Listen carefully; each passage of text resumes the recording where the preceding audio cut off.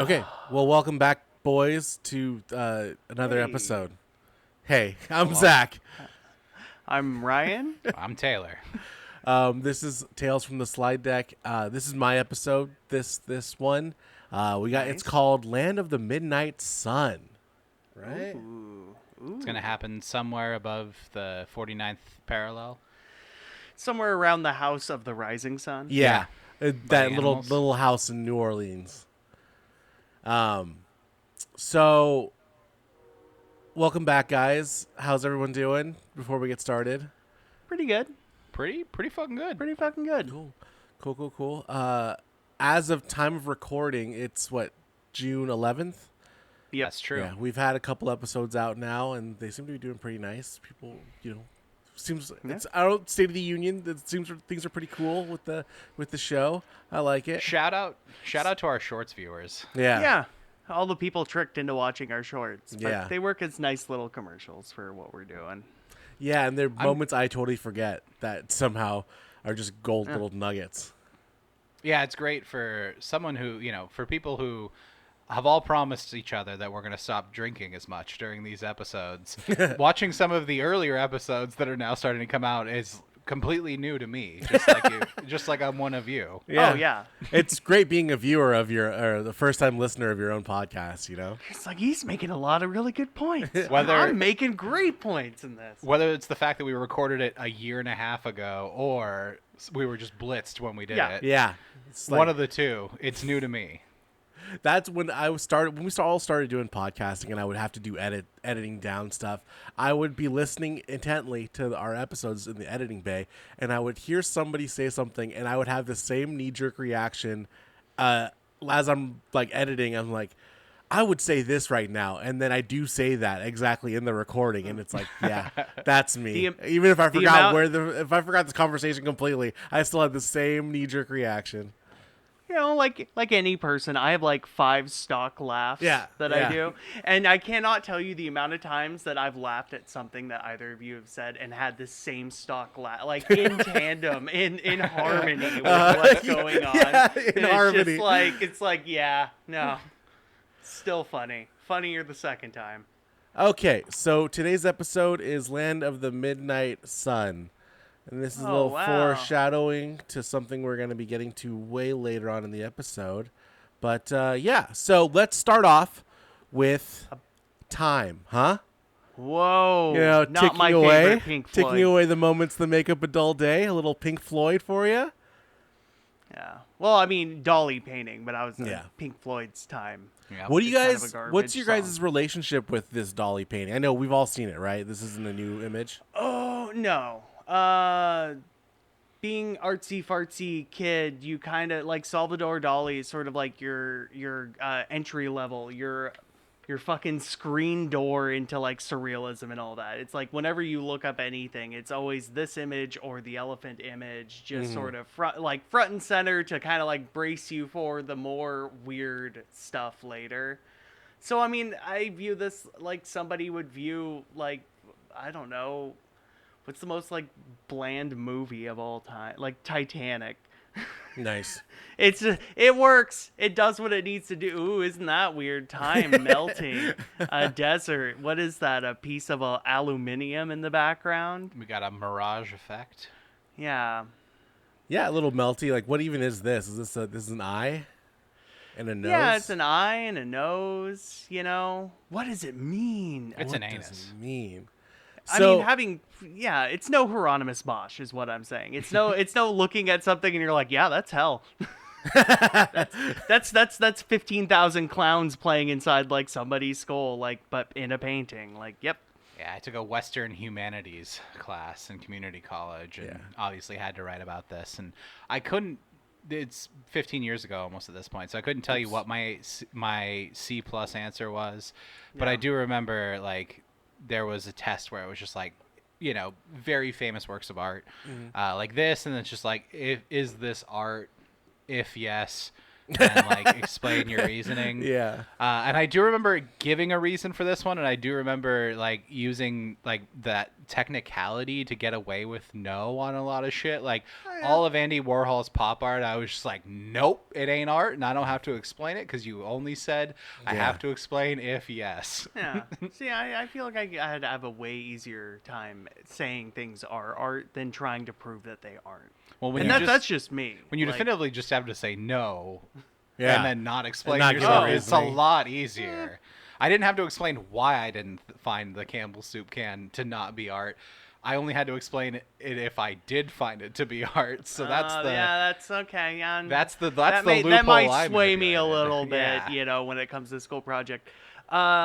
Something that's always bugged me about this painting that I think every single time I see it, it's the bottom right. It's just the flat dark brown feels like there's something missing from that, and I do not know if that's a statement that Yeah. the artist is trying to make, because time does run out. See, I can write my B+ paper. Time For does sure. run out, Yeah. and having all this negative space really onto, Well, there's one definitely side, like one corner of the from image. top left to bottom right. There's a gradient effect throughout the whole Yeah, work. yeah. But still, it feels like there's one piece of this missing. One Piece. It's The real. One Piece is real. So time has been known to be man's first conversation with nature. And that's where I wanted to start off this whole episode. And we're going to move on to the first person man talked to in the conversation about nature. And that is, the sun. Steve the sun. So every culture throughout humanity has had a name for it, and it all kind of resolved in the same thing from whether they learned it from somewhere else or what have you. But Sol is what the name of our star in our solar system that gives us all life is called. It's been called many other things. Suno, Zon, Soon, Mike all Zanino. kind of Mike Zanino.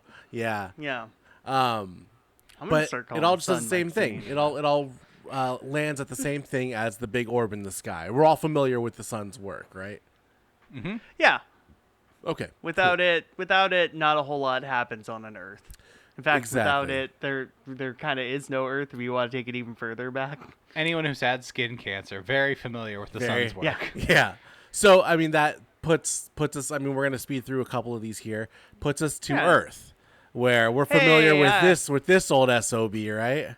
Hey, I know this picture. It's been rotated 90 degrees, if I'm not mistaken. It's Among Yeah. Us. Whoa! It's sussy. Quit trying to get the youth vote, Zach. Yeah, I'm sorry. I'm trying to get the Gen Z. The Gen Quit Z trying to kids make in a here. skibbity fucking Earth. Gen Alpha, you're Oh, our no. only hope. So Earth, that's where we all live, right? The Yeah. the blue marble, everything, all human history, everything has happened right in here. The pale blue dot. So, and on this place are you and I, the people, the humans that exist, and we have been having this conversation between the sun, Earth, and everything that happens in between, and we categorize those as celebrations, right? Solstices, right?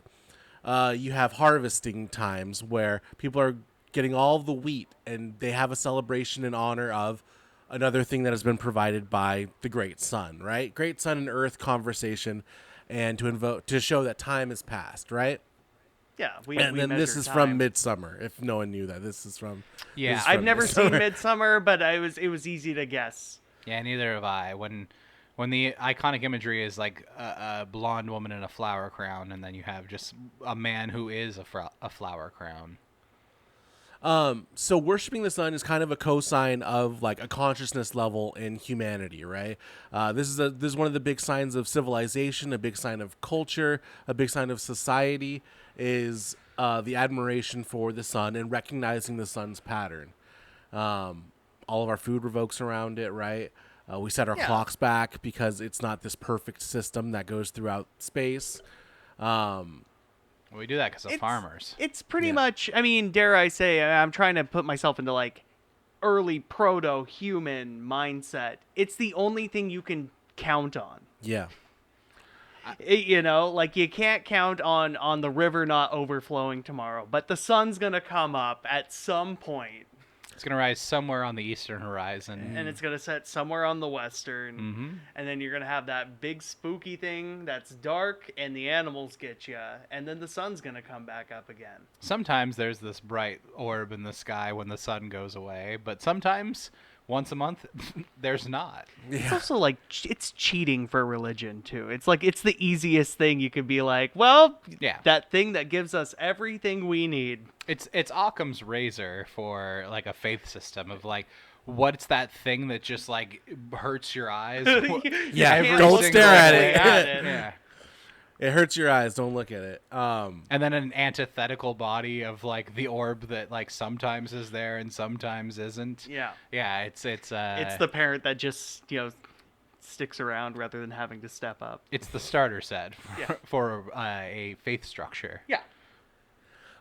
So reasons that the celebrations happen here on Earth, if my cursor on the right screen, it is. Okay, happens on this Earth is because of how the Earth and the sun have a conversation themselves. Oops. There we go. And this is where the GIF comes in, guys. Whoa! This is our orbit and how we orbit the sun. Now, it is not a perfect circle, a perfect rotation. We do swing at an axis of 22 degrees. That creates an irregularity in the poles. I mean, the poles are not directly up and down. They are swaying, from here to here in a 22 degree zone. That's called the Milankovitch, I believe. Milankovitch cycle describes that cycle of the Earth's rotation. Also, it's kind of not circular. From what I learned, it's kind of a oval. Oh yeah, it's a little bit. Everything is very like egg shaped, but it's imperceptible. Yeah, same with like the orbit of the Earth around the sun. It's not a perfect circle. It's a little bit offset just because that's... It's like a spiraling top. Like the top is not perfect. It's like a loosening top where the top is wobbling a little bit and the bottom is wobbling a little bit. And this has created ice caps on the top pole, or that's the bottom pole. My bad. This is the top pole here, creating the Arctic circles. Well, Arctic and Antarctic. Yeah, Antarctic and Arctic. One of the most- Did you know that means like with bears and without bears? What? That's Arctic means like contains bear. Interesting. In some I don't think it's Yeah, it's Latin. not It's Latin not 'cause Latin, but Urza That's is yeah, just, yeah. But then Antarctic means like does not contain bear.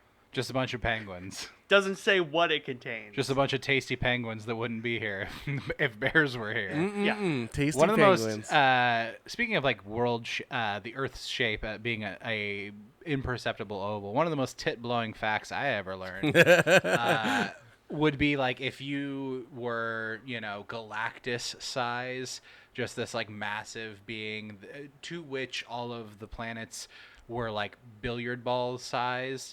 If you were to touch the Earth, despite like Oh yeah. all of our topography, it would be as smooth as like touching a pool ball. Oh yeah.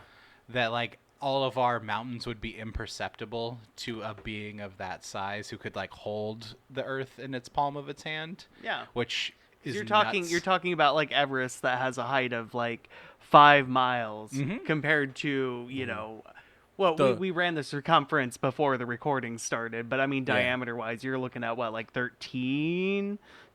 13,000 miles? I mean, imperceptible. Yeah. Yeah. Uh, Yeah, the highest and lowest points are only separated by like what, 20, 30 miles? I think it might be less than that. No? Yeah, from the depths of the Because I'm Marianas trying to think Trench. of Marianas, yeah. But I know it in feet. It's like 28. Let's see. Let's go to the old Google. It's like Highest point is it's like 5 Or I miles. might be thinking Everest. Everest. 28, Lowest point. Everest is around that. Lowest point is. is where this is on Earth. Garth Brooks has friends. It That's is, the lowest yeah. point. Yeah. Where the whiskey drowns and the beer chases. Yeah. the You guys woes got me. away. I stumbled on that one. But You I got had it. to. A rare country music reference from Ryan on this podcast. Also, while we're looking things up, Zach, Yeah. you really picked the best picture for a GIF. Thank you. Because this, I always see this, because of course the sun moves and everything moves along with it, but it still blows my tits off. Yeah. Yeah. Doesn't it?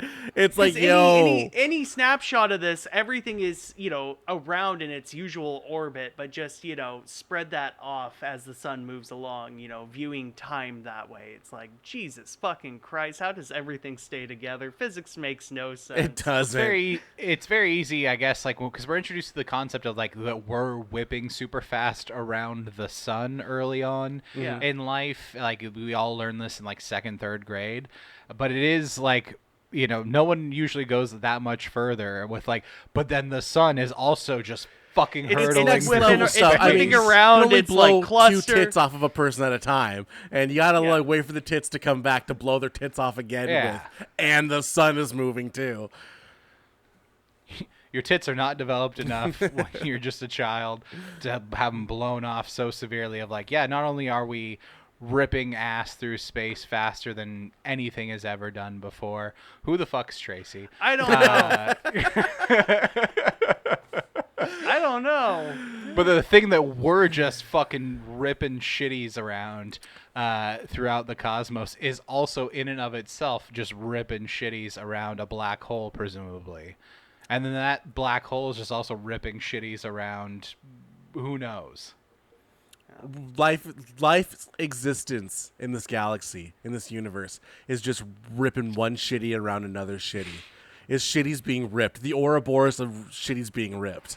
So this is actually kind of the end of the slide, where we're talking about the ice that has accumulated on the poles due to the Earth's warming and cooling periods that have occurred over the history of the Earth's existence. Right now, we are in a warming period, so things are getting kind of sketchy with these guys. They're not looking as cold as they used to. Yeah, the Arctic and Antarctic are about to be the same. There are going to be no fucking bears in either of them sooner rather than later. Well, there will still be bears. They'll just be terribly adapting to new habitats They'll be off of swimming the bears. ice and probably going extinct because their entire lifestyle has gone away. Yeah. Or they'll survive. Who knows? Whatever. We'll figure it out. We'll get there. So this is the Earth, right? Spread out. You rip it from a Yeah. globe. And as you can see along the equator here, that was almost a perfect line. Wow. That's That was really pretty good. Yeah, That was that's pretty good. fucking Well, we real have- good, dude. We have this hot area here, right? And then we have some nice forestation. We kind of covered Northern Africa in your Toyota Wars episode, right? Oh, yeah. Well, we talked about the Sahara being an absolute shithole, but just- the reasons why. Not a shithole, I would say. But to I our mean- North African No, listeners, They're but- lovely people no. there. It's sand. It's sand for like 4,000 miles from east to west. It's and- just a very inhospitable place. and recently to live. inhospitable because by the time of they the found- last ice age, it was forested. Yeah, they found a fucking whale Wow. skeleton with legs there. Yeah. Wow. Could you Uh, imagine what the doing topography archaeology. looked like at that point in time? Like Oh yeah.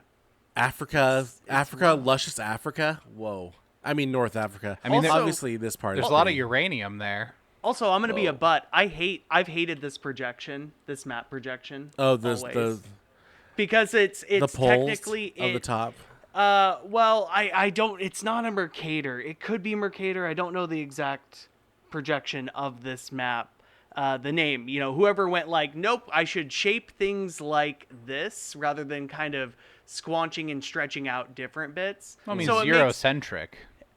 It's not. It makes Europe. It makes the northern hemisphere almost like 125% the size. Ah. I just meant in In terms like how what is it's- it dead center, and it's the UK. It's everywhere that did colonialism. Oh yeah. Also, During the times the maps were being drawn. that is also fun when you see world maps from other countries' perspectives. And Oh, it's yeah. just kind of like, oh yeah, of course, Turkey would be in the middle of the world map. Of It's course the center Japan's of the in middle of world. their Yeah. world. Yeah. the Japans at the Um, center of the earth. What was my In point? America, we just have maps of America. It's true. Nobody else. And we don't know where exists. anything is. Have you guys seen these videos of the youths seeing that Alaska is not actually like down here? Oh, Oh, yeah. It's not actually part of the lower 48. Well, Yeah. Or it's not in the little They cutout they of take the US, cutout okay. at face value, sort of Yeah. a deal. Or Hawaii being only like 100 miles off the shore of California. Yeah. That it's not that that it's Yeah. not that close. Why is Yeah. my flight to Hawaii 8 hours? It's just right off the shore of California. Yeah. What was my note with this? I guess just to show this is the Earth, right? This is where we live. Big Yeah, I've hubbub. seen her. I love her. Yeah. And what does that lead us to next? Oh, Man on the Run. So Holy shit! let's Okay. talk about some Holy expansions that have happened. An expansion pack of Earth, okay? Oh yeah. We're gonna start with the shittiest point that the worst person you ever know always brings up.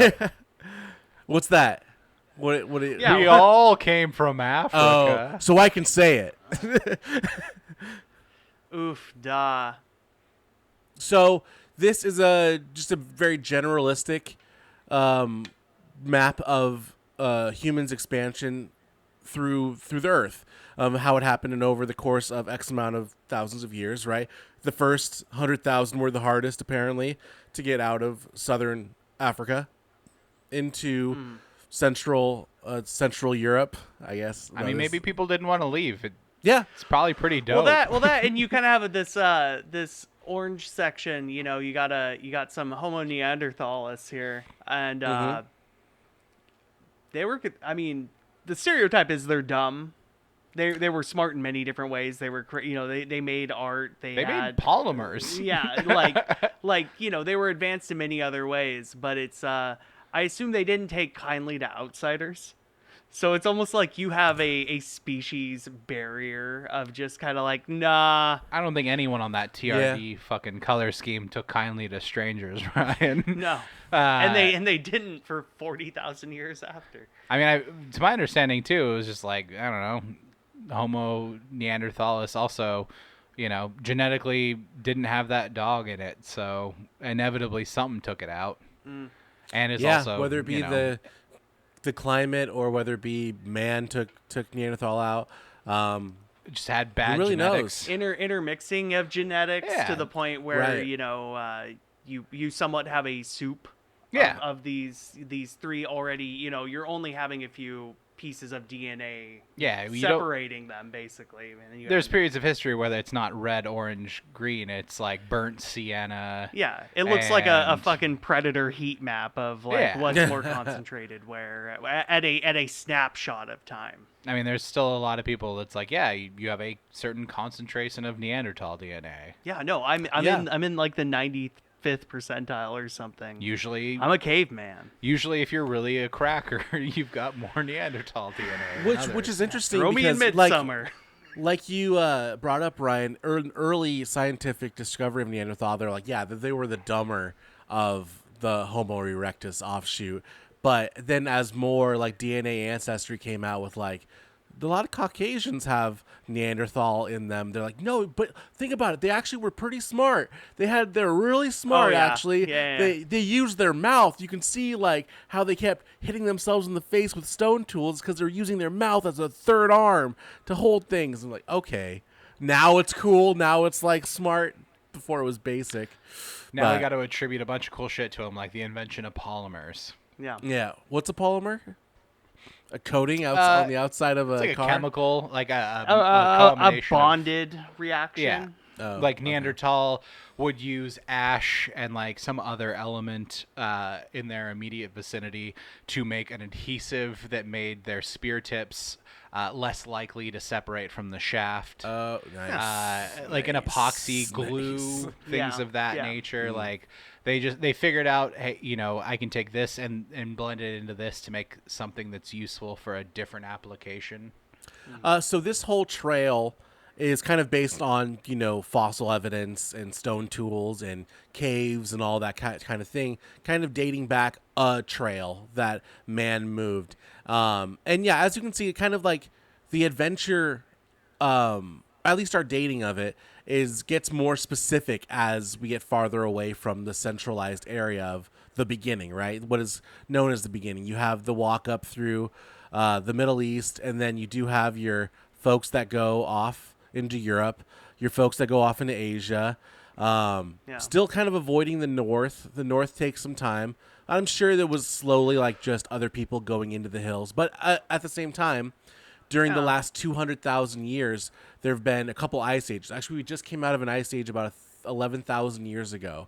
So it was cold. It was cold all up in here. So there was no real reason to be in that area. But the journey came out of a little ice age, even like 600 years ago. Well, that and especially, and this is me generalizing. None of us are anthropologists, No, at all, fortunately, or no. have studied wanted any to. of this out of a general curiosity. But man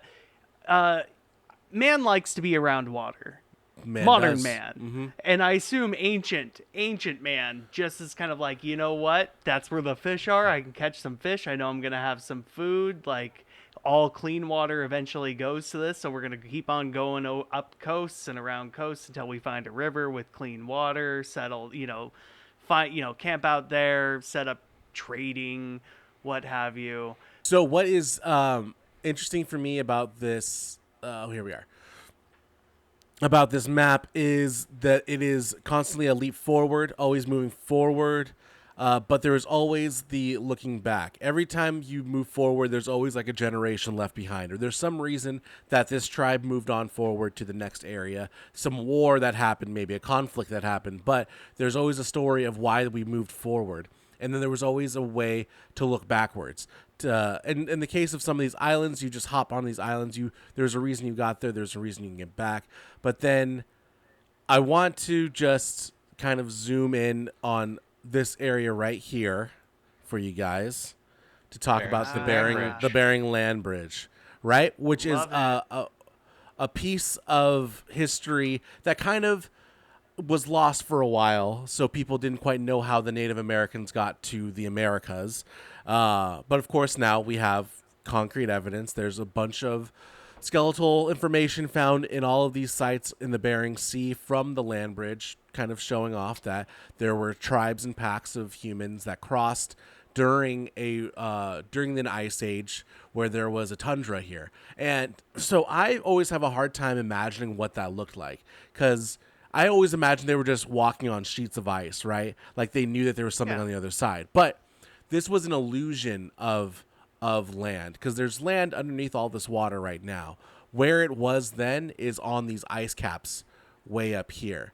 The water that occupies all this land wasn't melted yet. So there was land underneath there that was fertile enough to give you some light crops, but it was not a very pleasant place to exist. So there was... Well, you were following like the migratory patterns of megafauna. Yeah, Right. so like your giant elk and stuff like that. But if you needed to stop and like weather out for a bit, you could possibly forage for some sort of edible I mean, plant. whatever you've been eating for the past couple thousand miles as you're going like north of China, like you're typically probably going to find that on the land bridge as well. And if that's gotten you that far, then... So this I mean, is... Go ahead, Ryan. Or Taylor, sorry. I've spent some time in that rectangle. And with the people who just decided they had gone far enough and didn't want to go south. And yeah, like, there are definitely during the times where it's all iced over, like you're just sort of running off of like what you can ice fish or like whatever little like mammals are there that you can hunt for food. But there is, like a shorter but somewhat like there's some season where you can potentially maybe not grow things, but find things that are gatherable. And I assume that window is much, much narrower when you're in the middle of like an ice age. Mm-hmm. Oh, for sure. Exactly. It may not exist at all. It You're may just... possibly not, but I don't know. So the Bering Land Bridge is 620 miles wide at its widest point. And this is it was believed about 16,000 years ago.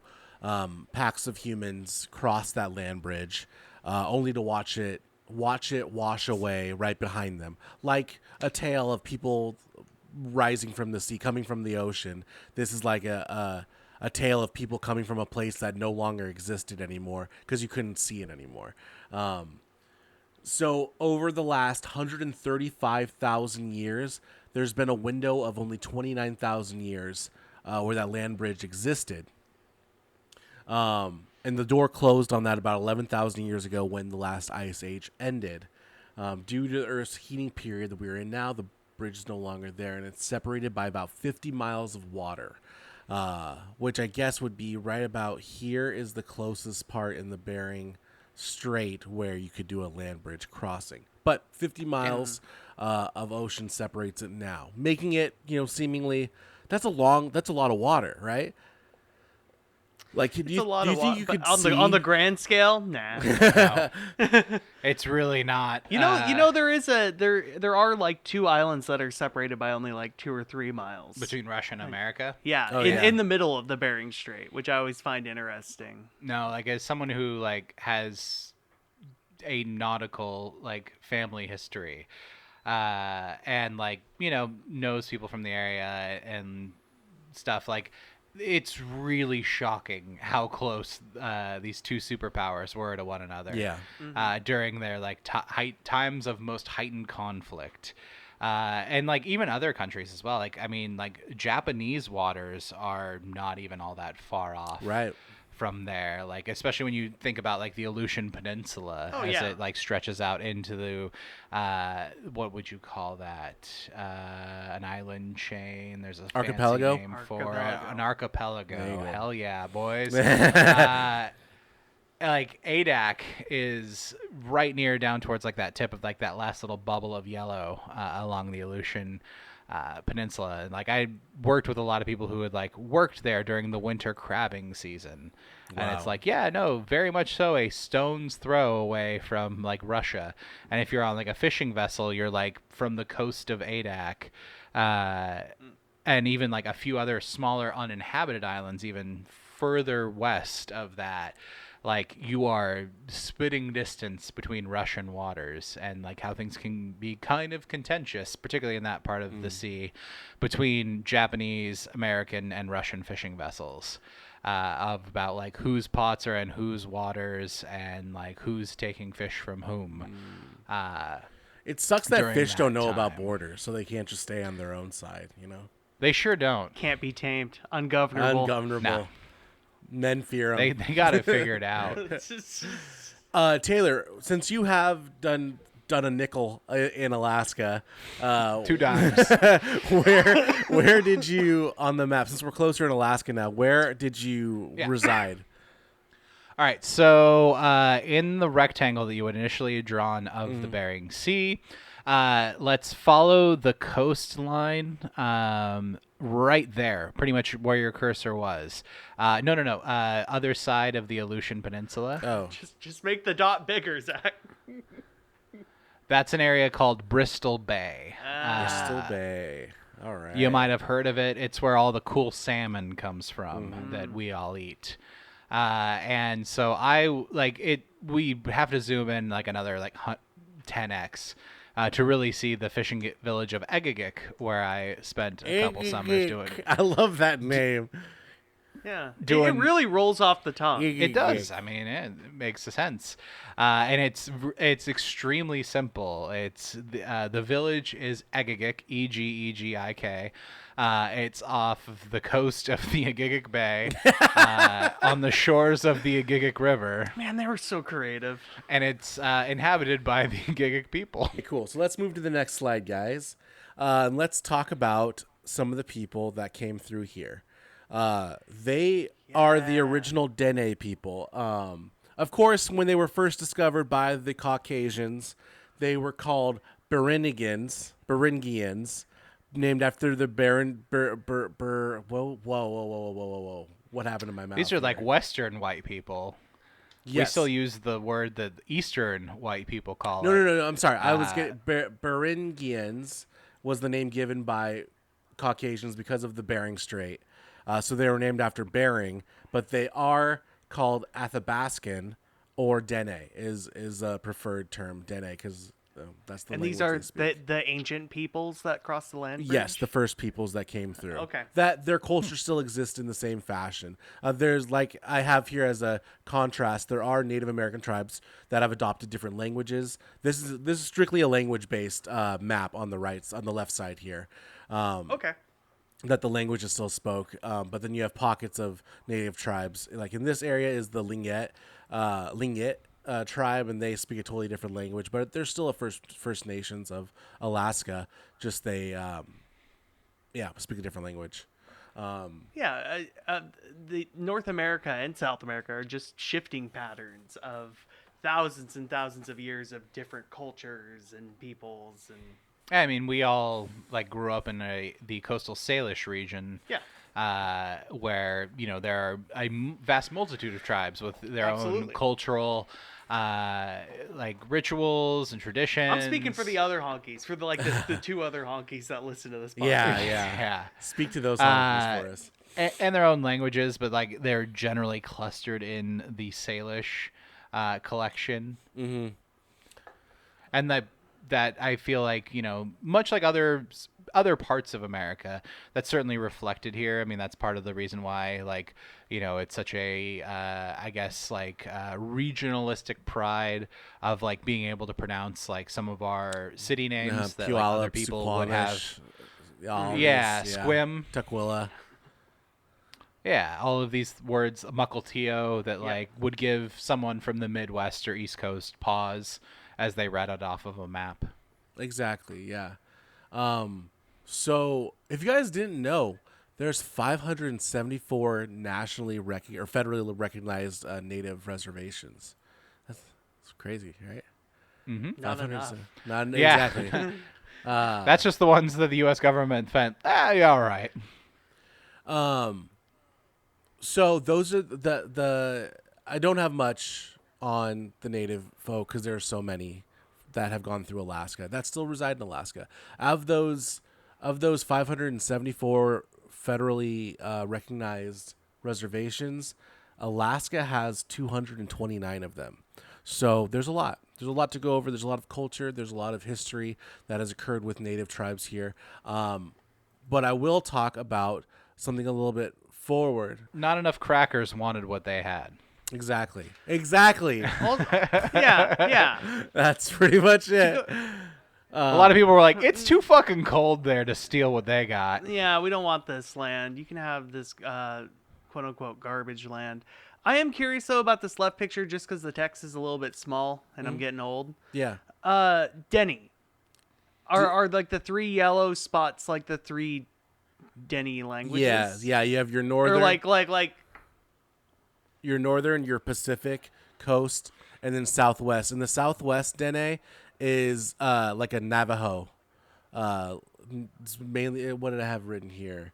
It is the Dene language passed through the northwest and is the early language of the Navajo and the Apache people. Oh, okay, so it's like the proto. They're we're not just viewing like the proto indigenous people of like one area. Like this spread all the way down to our modern coast of Mexico and just evolved and expanded and grew out from that. The root of a tree. This could be very like not accurate. Fully willing to admit that. But what I'd always learned about the folks who came across the Bering Sea land bridge was it was a seasonal migratory habit as you were like in the pursuit of the various like megafauna at the tail end of the Ice Age. And as the world continued to warm, like each season the megafauna would migrate a little further south each time to get to more like fertile grazing lands in their migratory patterns. And so inevitably, year after year, decade after decade, century after century, people come across like from Asia into North America and then further and further south. Yep, just following something and just moving. It's incredible. And it's incredible to look at highway maps in the United States and see the same kind of thing happen with like highways getting very heavy and then a little bit lighter. It's migration of humans is very interesting. A lot of factors have gone through to make this, this continent be inhabited, being led by, say, megafauna migration habits, and then getting stuck. Now you're stuck on the other side of this place. Yeah. And for so many generations down the line that your father's father never remembers being on the Asian continent or what that was even like. You've just been moving and growing and surviving. I mean, that's all humanity was back then, was surviving, right? They weren't doing space programs and everything. Particularly, I mean, like, this is all oral tradition, is how, like, information is being predominantly passed down. So, it's susceptible to, like, changing the game of telephone through the generations that we have. And I'm broadly generalizing here, but it's also humanity. I assume even stretching back to ancient humanity, the base curiosity and ambition, and just kind of going, well, maybe there's some really good game or some berries we can forage over that next hill, and then you just repeat that ad infinitum with almost an endless stream of people. Yeah, we keep doing that. Thousands of years, and then before you know it, you've made your way all the way down to, tip of South America. To the point where you left the rock and went to that big glowing orb that, like, shines in the sky when the sun goes away. Yeah. Wow. Very, very, very philosophical, very macro. I love that. Bringing it all macro. Okay, so then let's talk about, we're going to spend some time, guys, in the upper left today. We're going to talk about Alaska. Ooh. Yeehaw. So The last frontier. the final frontier before the final frontier. So it's the 49th state in the Union, if you guys didn't know that. It was brought into the Union on January 3rd, 1959, which makes it younger than my father. It is the largest state by area. It is the most northern, western, and eastern state in the United States, if you guys didn't know that. And it has the second highest native population of 15%, second to only Hawaii, who I don't have their percentage of native population. Once again, crackers didn't want what they had. Yeah, exactly. Saving grace. But also that's per capita. I think out of the whole 734,000 population of Alaska, 15% are Native American. Which, just for perspective, Seattle has a higher population than the all entire state of Alaska. I mean, let's be real. That's a lot of acreage in here. A lot of There's a massive That's amount. all the acreage. you can get 10 of it for free if you just live there for 10 years. Wow. Alaska is one of the few states, or the only state left, that you can homestead. If you just, like, go to an area where nobody's fucking living, and you prove that you have the grit to live on your own for 10 fucking years, like, you get 10 acres. That's pretty sick. I could do bequeathed that. to you by the state of Alaska. But you have to figure out, like, how to get your poo-poos to go away, and how to get I water know how to hide some poo and heat to to come to you. So Alaska is named after the Aleut language for mainland, is what it translates to, apparently. This is all from what the internet tells me. And This makes sense. A land of many islands, yeah, Just nope. We're naming the big portion after its mainland. And yeah. when you look at the map of Alaska, you think that's a lot of fucking land. Like, you could fit so many people in that bad boy. But no. like, there's, like, if you draw a line over, like, 2/3 of it, that's the shit that's, like, frozen damn near year round. Yeah. And even the shit that isn't under that line is like mountainous terrain. A lot of mountainous terrain, or where I spent some summers, which it looks like you have circled, Zach. Yeah, I saw Think you found a couple. Egegig? Looks like a couple Yeah. G's next to each other. I felt like that was a safe bet. Yeah. I've also seen a world map before. What blew my mind when I was at Skagit Valley College. Doxed. my history class had a world map that included Egegik on it, Oh, just like which blew me away after 2 summers there. Of like, why the fuck was this tiny little village that has 80 people that live there year round? they got a quota of like how much black ink they had to use on their map, and just were like, "There's no town around that. We'll throw a dot there." The best explanation I have is like someone spent a summer working in the fisheries there. So, someone's trying to coin the new Timbuktu. Yeah. Sending them to Agagek. You guys have heard that cartographers would put a fake town into maps so they would know someone was just stealing their map. Holy shit! Really? That makes Yeah. sense. Yeah. I hadn't heard that, but it makes sense of like, yeah. There's Yeah, no. one of the episodes I was gonna do was of a town that exists now because a cartographer put it into a map, and so people would go through this town, but the town wasn't there, so someone discovered the town and made like a post office and everything, and it became a real thing. Someone was like, that seems like a nice place to live. I'm gonna go do saddest that. Oregon Trail that when you finally get to the end and you've lost half the people in your wagon train, the town doesn't exist. That's a fucking Twilight Zone episode, boyos. Guys, can we talk about the Alaskan state flag? Because I think it goes so hard. I think It's very good. I'm gonna put it out there that any flag that is blue pretty much rocks my socks off. Because you got yourself the Oregon flag with its like. Did you guys know? Fun fact: I just learned this the other day. The Oregon state flag and I think it's Uruguay are the only 2 flags in the history of flags that are 2-sided. That there's something on each side of the flag. Did not know that. no. Oregon has the Oh. wagons on the main side, and then on the other side it has, like, as an ode, what looks like the California bear, but it's a beaver. It's a beaver in the same kind of thing as the golden bear on the California flag. So they technically have 2 flags, but it's a double-sided It's double, flag. it's stitched together, yeah. Interesting. Uh, Alaska flag is aesthetic. Yeah. It's better than the majority. Like when you get down to the south, even though like Mississippi changed their flag to something I think kind of They got less racist. Yeah. Yeah, no, they took out the stars and bars and put something more like unique. It's a tree. but I I've think. always, but I'm biased. Our flag's boring in Washington, Yeah. but Our, it's our flag sucks. I'm a proud it's Washingtonian. the seal sucks, but ours is the only one that's just like bright, obnoxious green, where everything it's such else a is usually a red Garbage and white government motif. green. I hate it. Yeah. One day we'll come up with a better one. But Alaska's aesthetic because it also stands out from the crowd. Yeah. Yeah, it's got in bears on flags. it. Yeah. It's got bears behind it. Ursa Major, baby, the Big Dipper. Wow. Yeah, it's got the Big Dipper, and it points to the North Star, and Also, bringing things back, Arctic has bears. Yeah. Ursa Major, there's your bear. Right on the flag of Bear the culture. only American territory in the Arctic.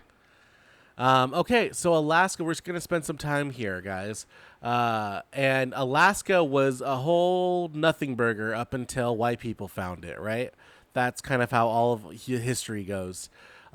This is oh, this is wild. this is a map of Russia, and Russian exploration decided to figure out what the hell's on the other side of that. What also was the curiosity was of a land bridge. There was obviously a scientific hypothesis of exploration that have occurred. Like, this is the first. Okay, let me take a couple steps back here, guys.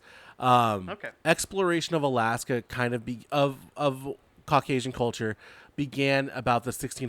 1640 was the pocket of the first time that Semyon Deksyunov, yeah, I'm working on my Russian, that Igor. he went through what is the Chukchi Peninsula up here, Oh. and that's when Were they? it was. Go What do we ahead. call that in freedom units? Uh, What's the freedom name for that? The Bering Strait or something of that nature? Not no, really. the That's not what it Chukchi is. I know what that Peninsula, I is. think, is a native term, but this, is the Bering Strait, which leads into the Bering Sea, which is Were they looking for Northern Passage, or were they just exploring? he was a just he was a wanted- cartographer, so he was Okay. just mapping the area, and it's so there was note that there was a continent of North America, right? They had all known this for over 200 years. but then understanding how Native Americans got there. Of course, they had evidence of history here because they still had Native people living here in their areas.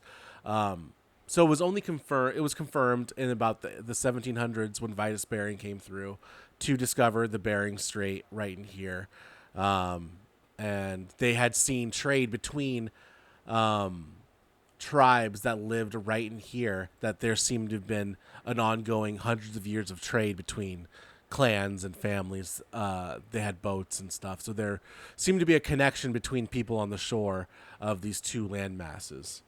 Yeah, this was only news to white people. Yeah. No, There was a lot of people for a long time. And the obvious thing, but the thing I love the most about this map is how detailed Russia is, because it's like, oh, no, we know where every little town and river and inlet is, and then you get over on the other side of the map, and it's like, well, Hudson Bay's been kind of thoroughly, we can look up some maps, what Hudson Bay looks all like. of this is And DLC. You gotta pay a little extra. and then for and this. then somebody's nephew drew the rest of the map by memory, and it's just like the only detailed part of the map is what you cross with like the Bering Strait and some islands on the south, and they were like, fuck this place, we're not no need to go to any of these inlets or see where these rivers go. This place sucks, we're going back to Russia. Yeah, the Aleutian Peninsula is like a 200x what it actually is. Yeah. So it was generally in the 1730s and 40s that settlements began with the white folk, and that was through I think it was Russian camps, and some were believed that some of the early exploration ships had crashed to Alaska because some of the early settlements believed to have met other white people. It was written that there were other like Caucasian people that praised to a cross were found on the place on the land, but that was like 100 years, 50 years, 100 years later. It's really hard to get to that spot of the world if you don't have a plane. It's frozen most of the fucking year. The sea probably sucks. It sucks so fucking bad that getting a boat there is so fucking hard. Even if you are just like a Russian person who has to take like a 40-minute fucking boat ride across with modern like engines. But that is pretty wild if there was like a shipwrecked Yeah. some shipwrecked early expedition, and you've gone through like 50 years and it's a generation after. Like maybe somebody had a young kid that's now a 50-year-old man. It's just like, I don't know, I pray to the cross. I never learned Russian. Barely speaks Russian. Prays to a cross. Like, not a lot of huge action occurred. Spain sent ships up to the PNW in the late 1700s to see what all the action is about, and I believe that they started to take action at the end of the archipelago and inland to around what's that area? Sitka, the Sitka area. Southeastern or south the armpit east-western of Alaska.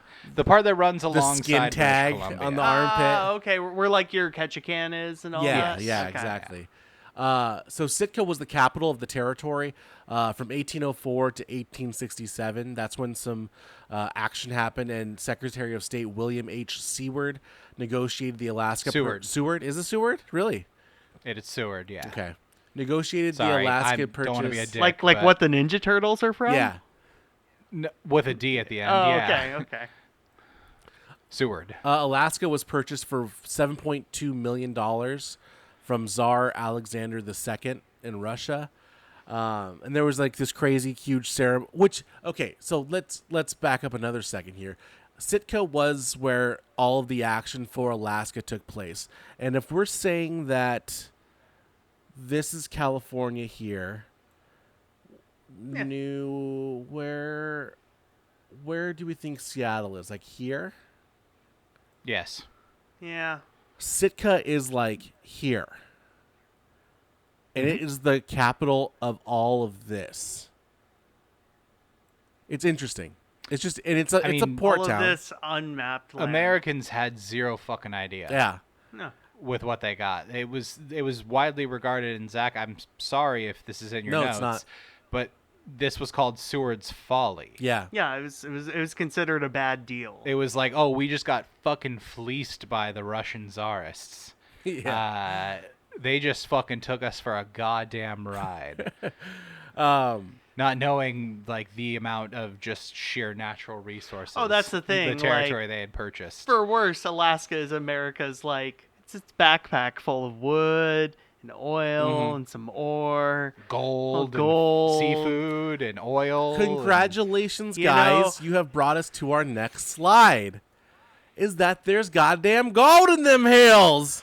Oh my god. There's gold in some other hills, and they're so far away from California. I mentioned Oregon Trail earlier as a joke, but did any of you boyos play Yukon Trail? What? Came out in the 90s. It was Yes. Oregon Trail-esque, but you were working your way from Seattle to Stake a Claim. Hell yeah, baby! Making your way up from Pioneer Square. And you died almost every time like Oregon. It was harder Oregon Trail, but it did have gambling, which I liked.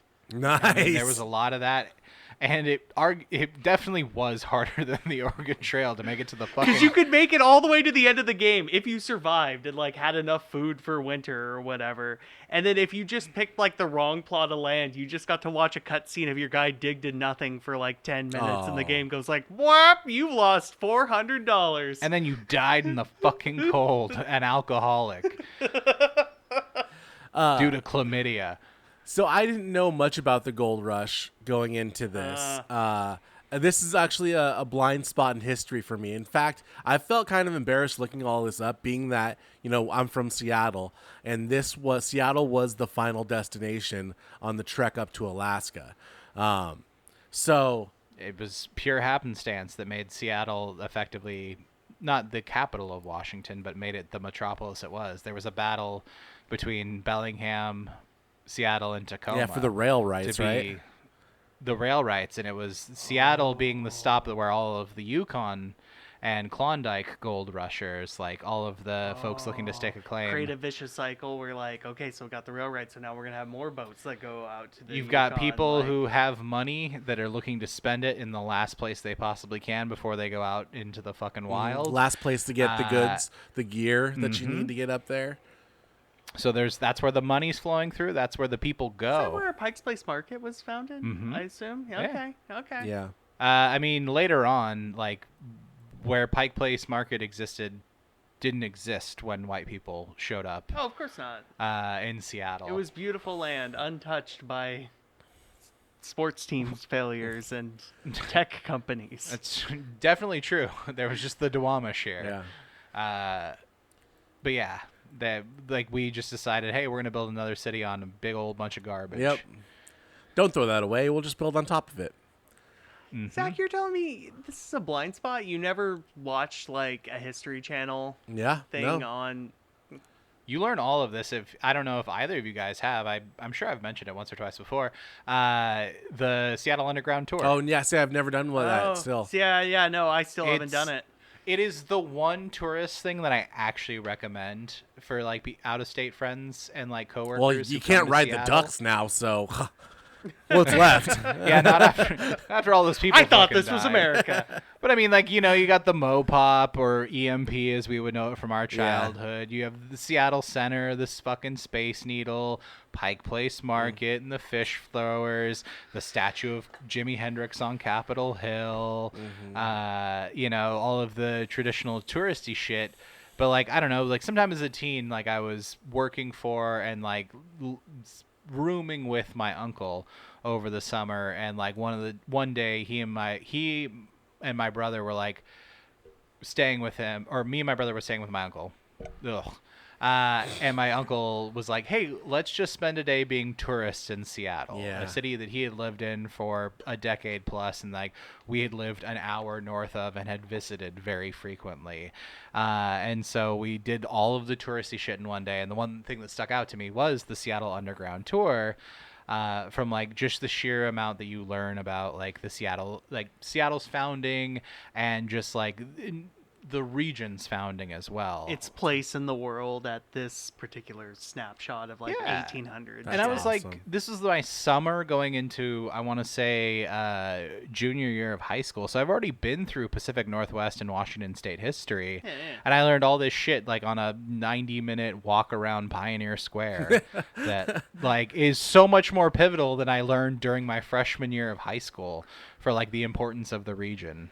You know, boyos, the more we talk, the more I think I was a weird kid growing up. Because I was just that kid that wanted to be like, who climbed Everest? Like, the gold rush? I'm going to go to my local library and check out some books or see if there's, like, some Nova special or something. There you go, Ryan. I Then- still haven't learned how to read, so there's no way I could rent books off okay, off okay. the library. So the curious kid. Klondike Gold Rush began in 1896, and that kind of sparked about 2 decades of gold mining in the Alaskan area. Which, okay, guys, so you guys know about this gold rush, right? To a degree, the Klondike. Not in particular. Okay.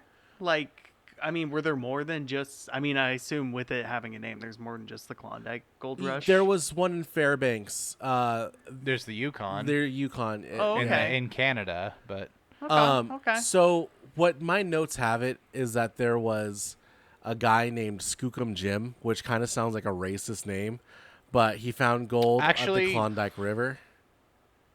fun fact about about the word skookum. Oh. It's actually coastal Salish for Sasquatch. Oh, That's so yeah. he was just a big hairy Jim. Yep. So locally, like very locally to where we grew up, He's got long arms and his fingers look like fucking sausages. yeah. But like very locally to like, especially for you, Ryan, with your family history in Arlington, there's the Schuylkill River. Oh yeah. That like a very small river that runs through the area, and there's like a brewery named after it. Like I like Schuylkill, Schuylkill it beer. gets its base word. Yeah, exactly. They make a fantastic IPA. But the Schuylkill River is named after Skookum, or like that particular region of coastal Salish's like name for the Sasquatch, or wood ape in our region, that like is what we make a lot of our fucking tourist dollars off now. You can't go to any tourist town or like any like touristy shop in any city in Western Washington without like everything being like, I believe in Sasquatch. Yeah. And like, or just like, PNW life, and it's like Sasquatch with like, a beer in his hand. Oh and yeah. No, throwing a hang we loose. monetized the Squatch. Yeah. Yeah. It's He was our mascot for a while before they took our goddamn basketball team away. He slam dunked. What did Skookum Jim do? Also, Skookum Jim does sound like either a slur or my new D&D character. It's great. Yeah. At least like, I guess when you know that it isn't a racial slur. Yeah, it feels really freeing. That it feels good that Skookum Jim was Skookum Jim, which means he was probably just like a cool dude. Yeah, he's probably just a chill dude. So he found it'd be like a- gold near the Klondike River, and after a year of mining it, that's what initiated other people. That word got out, and so people started climbing north to get a part of that business.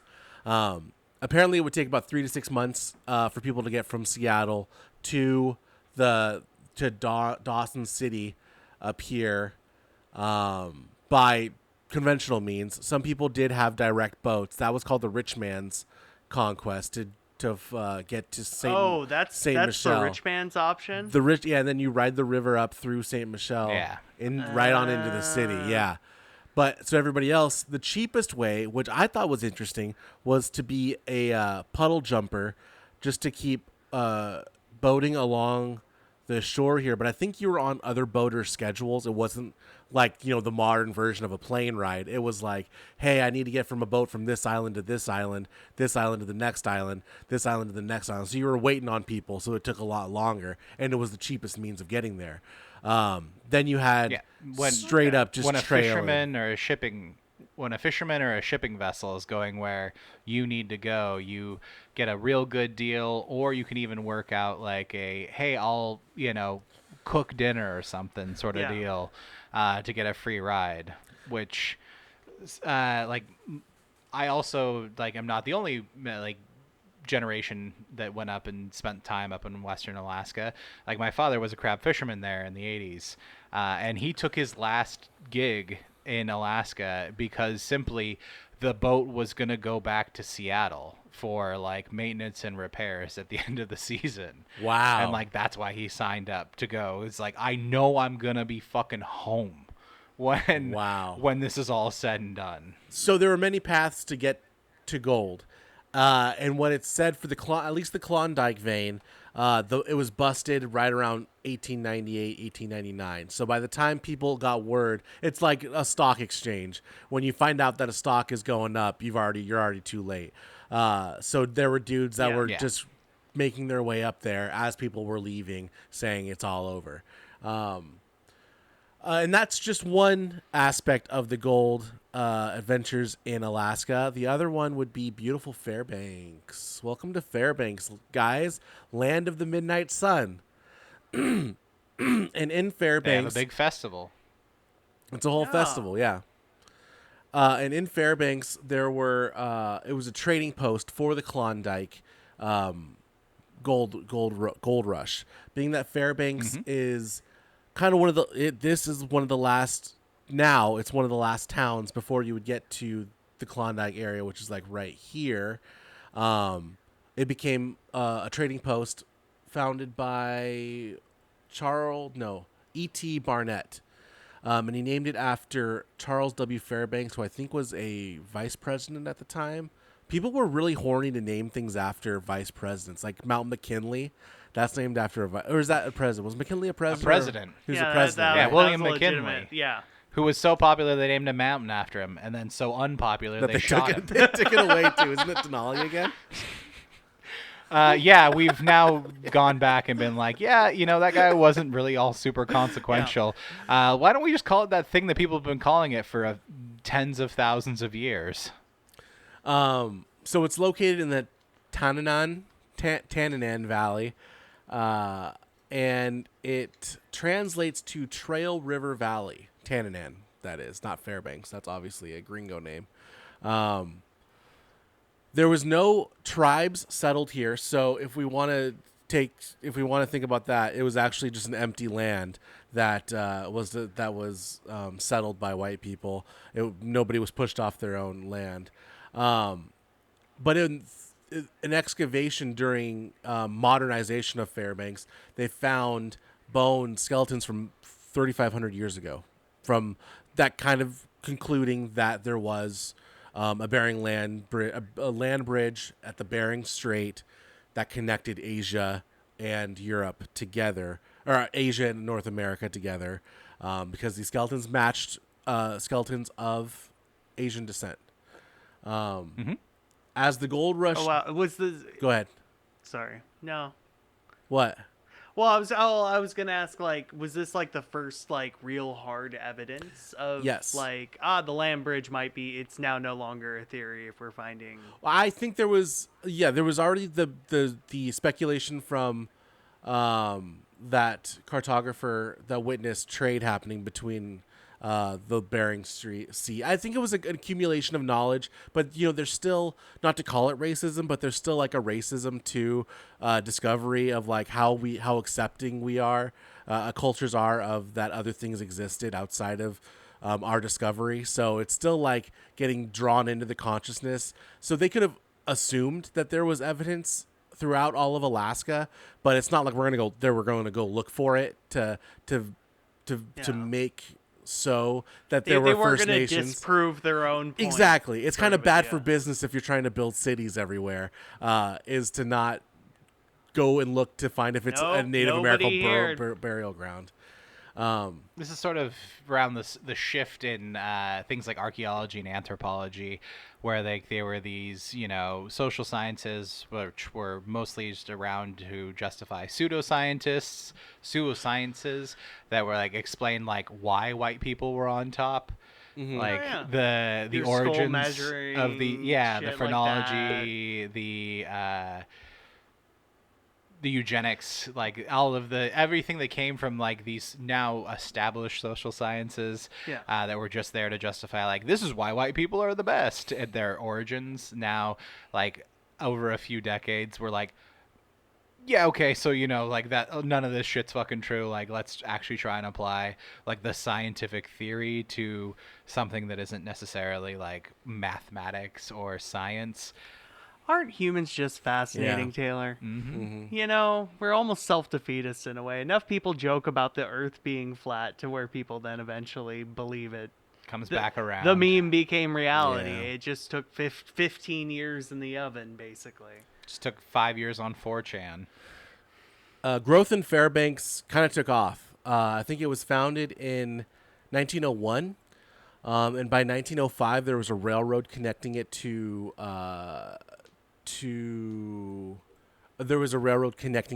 the rest of the world. By 1910, the boom kind of died down, and cars were now in Fairbanks. There were no roads connecting Fairbanks to anywhere, but there were roads Yeah. in Fairbanks, and there were cars in Fairbanks. You can put a car on a train. Put a car on a train. Send it somewhere. Well, that and it looks like it's on a river. Like you can ship a couple cars on a barge. Yeah, exactly. Yeah, the Alcan Highway didn't exist at this point. The Valdez Eagle Trail was the main foot traffic into Alaska.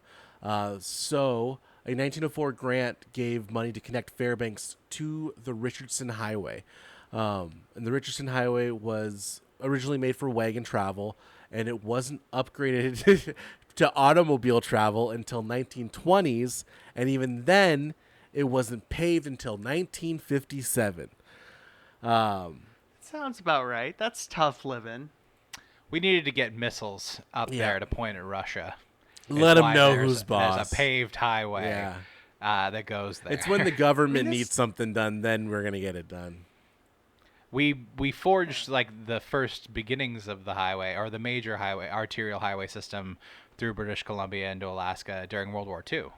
Yeah. Really? That's the oil 'Cause can or Alcan Highway. Just in case we needed to get those troops to Alaska as quick as we fucking could. Kastner's cutthroats were already proliferating out through the area, ready to just Rambo-style take on the Emperor's boys if they should so choose to land over there. If bless their heart, they decide to land in Egegik. Yep, basically.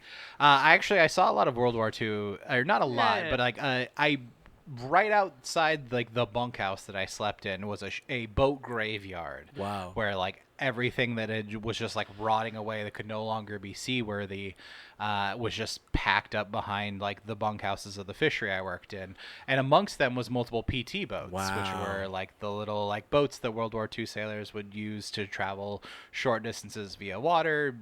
JFK got his like sort of renown as a war hero. He got commanding what the was ship. coming to He him? got shot for the first time.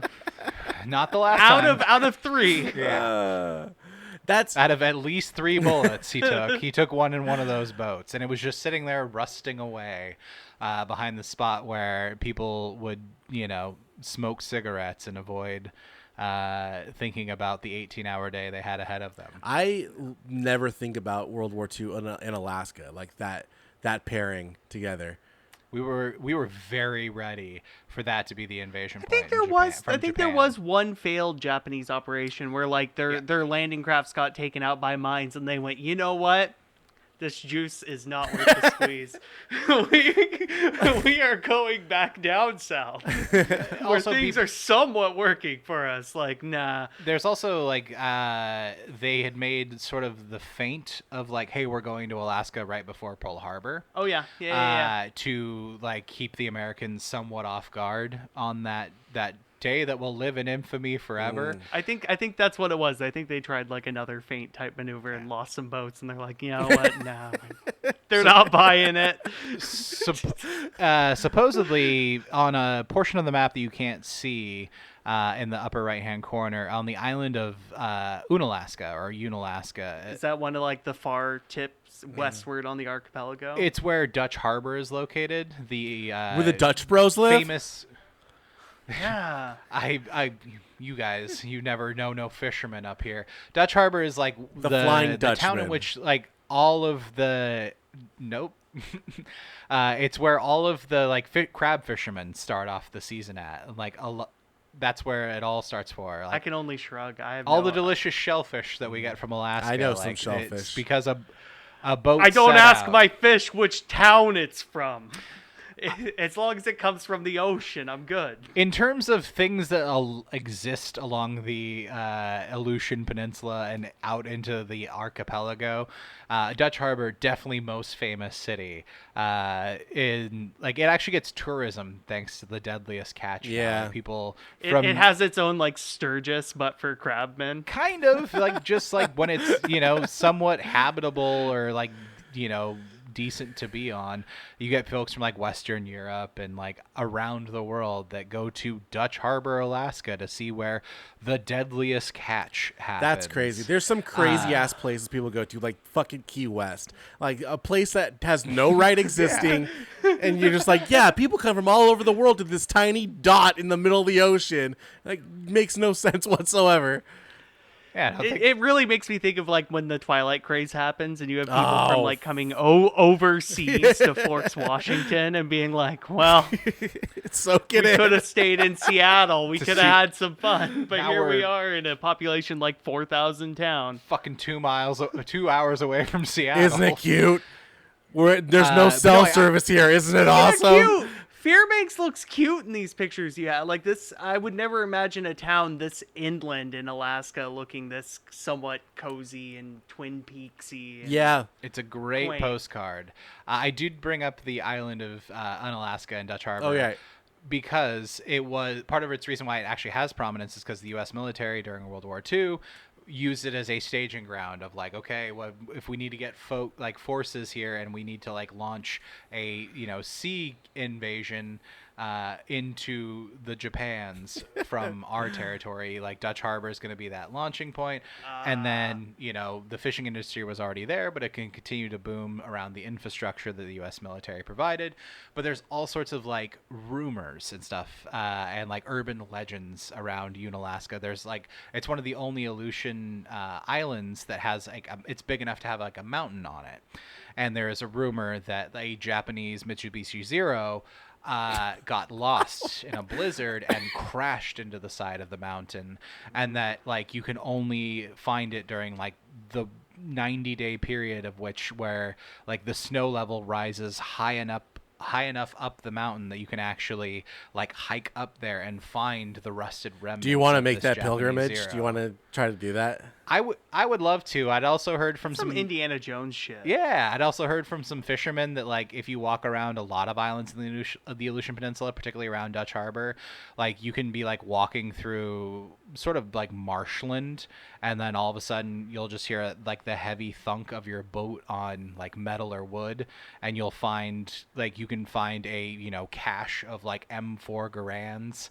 Nice. And like grenades and stuff that the U.S. military had just stockpiled there. Dude, on they're the off so chance they good had with to our defend money. it. I feel like there's so many good stories of They're there's saving just like them. this abandoned ex-military place. They're saving them for later, just in case. But Okay, guys. But let us Yeah. return to Fairbanks. My apologies for that sidetrack there. I just thought that was a cool story. that brings of, us like, to. Oh, damn it! It didn't load. Okay, well, we'll do it this way. So let's talk more about traditions. we have the magic of editing. I know we do. This doesn't matter. It's gonna be fine. We're Okay. gonna be fine. So What do we need to react to, Zach? So, revisiting traditions of humans with suns now that in the sun. Now that we've talked about humans and how they've walked through the world, and we've talked about the sun and it gives life to everything. Stonehenge is a ceremony area for watching a sunset. Did you guys know that? Yeah. I didn't. Yeah, it's a calendar. Oh, boom! There it was. My bad. All right, we're good. Okay. So Stonehenge was constructed 3100 BC, between 3100 BC and 1600 BC, and it perfectly frames the sun during the solstice. And so for almost like 2,000 years, people have made pilgrimage out to this area to do that, to witness this event. And humans built these things to make this event because they recognized something that was occurring over and over and over again. And they, for some sort of worship, somehow, some reasoning, they built this. The Druids? Yes. Yeah, it's like it's your classic, not your D&D class, Right. your classic ass.